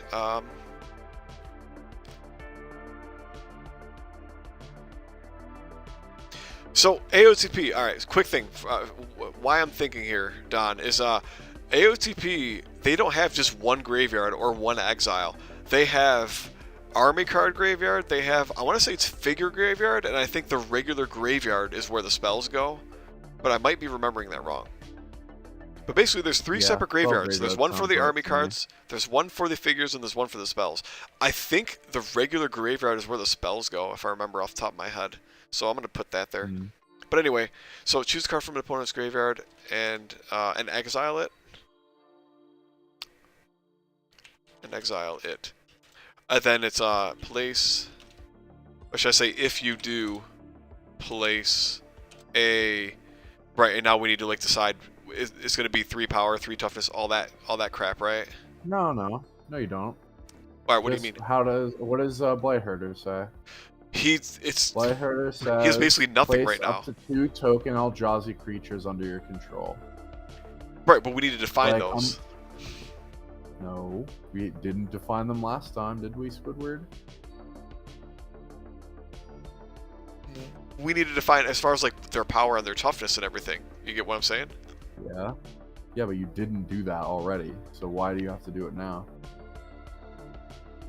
Ghoul Vanguard does this. That's why. Like, Ghoul Vanguard says, when you create the creature, it has 1 life, 4 move, 3 power, 3 toughness. Like, we gotta have all that in here. Yeah, well, I was playing at 5-1, 3-3. It felt pretty slow. Yeah, 5 is at 5. A little slow, yep. Yeah.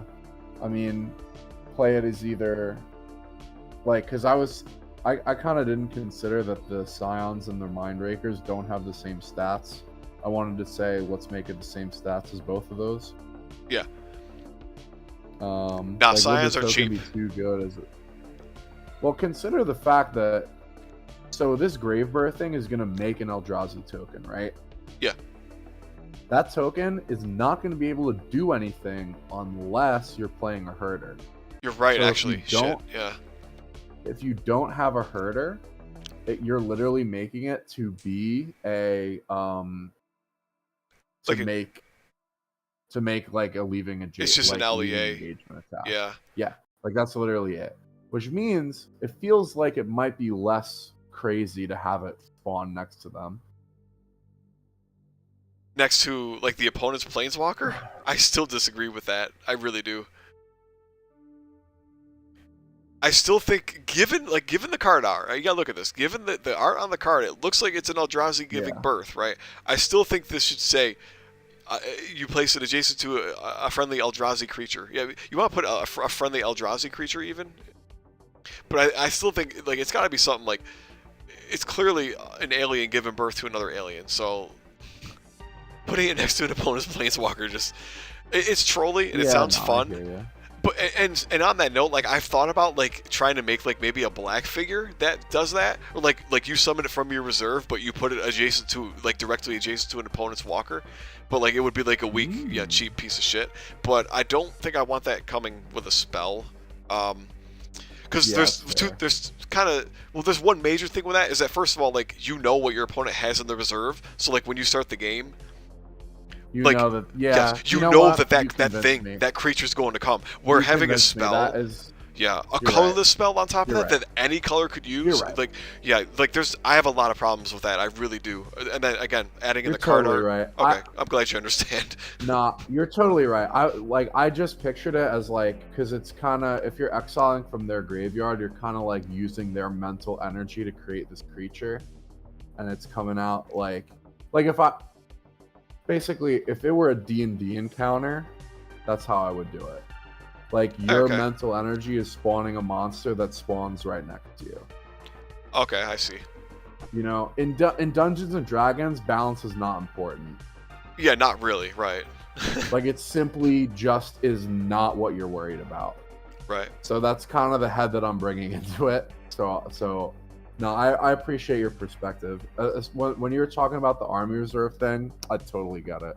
Yeah. You're totally right. No, and even then, like, just on the note, like, that I thought about maybe, like, some weird, like, black like troll creature, it was like I was still hesitant because I still think I feel like that's really powerful.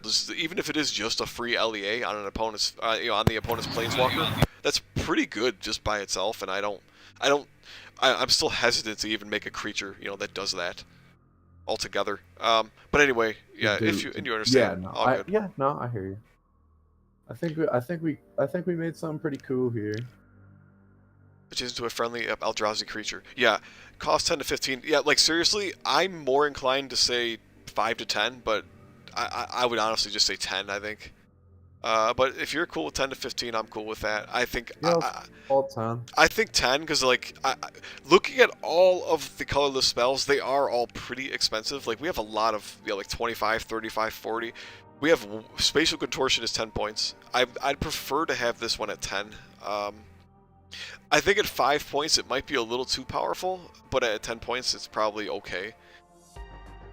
Yeah. Yeah, it really is just that right now, exiling a card from a graveyard is basically, it's barely even an effect, except for when you're using, what's his name? The, Blight Herder. Yep. And another thing is right, unless you're using at least an Eldrazi tribal, creating an Eldrazi token is almost worthless. Literally, this card is basically only for the Blight Herder, now that I'm still looking at it. Like, as you mentioned, like, there's no way to activate this token unless you have the Blight Herder. Yeah. But it's fine. Like, if you look at Blue's Twisted Image, that one, which flips the power and toughness of a squad. Well, I mean, it works with the Lantern guys and the Leyline Phantoms. So. Sort of with the but I mean, think about like the Lantern guys.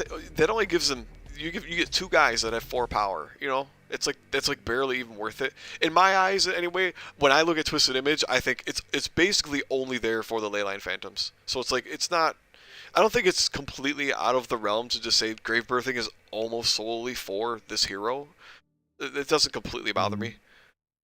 But you're right. It's like Leyline Phantoms and kind of for the Path Wardens too, for Twisted Image, like because they got that 5 toughness, for Kiora. But still, again, it's like that's a 2-man squad. It's like I don't really think Twisted Image is worth it for a 2-man squad. Not that not that good. And then you don't get the Phantom Walk, so it's like you can't just like walk through whoever the hell you want with those other squads. Where Leyline Phantoms is just like if anything's within 6 spaces of you, just play Twisted Image and go fuck it up, Yeah. But anyway, yeah, that's all a tangent. But I really don't mind this. I like the idea of like Grave Birthing being rather specific to the Blight Herder. Fun little card. Yeah, this is a good idea. Cool. This was a fun tangent. 7? Yeah. Question mark. I think I'm pretty good on our content here. Yeah. Yeah, this was a fun chat. We've done enough. Gotta teach the kids tomorrow, so... Yeah, you're gonna get to bed. I'm good to call it. Absolutely, man. Great chat. GG. We'll have to play another game sometime, and, yeah, maybe we'll try Grave Birthing. I'm gonna make a better deck for the Blight Herder for sure. Yeah, no, literally. We can toss Grave Birthing and All Is Dust and the other one, whatever the other one was. Yeah, we'll get it figured out for the next time. That'll be a good time. Alright, cool. Alright, Don. Sounds good. Alright, Jekyll. Alright, Don, take it easy, man. Have a good night. We'll see you around.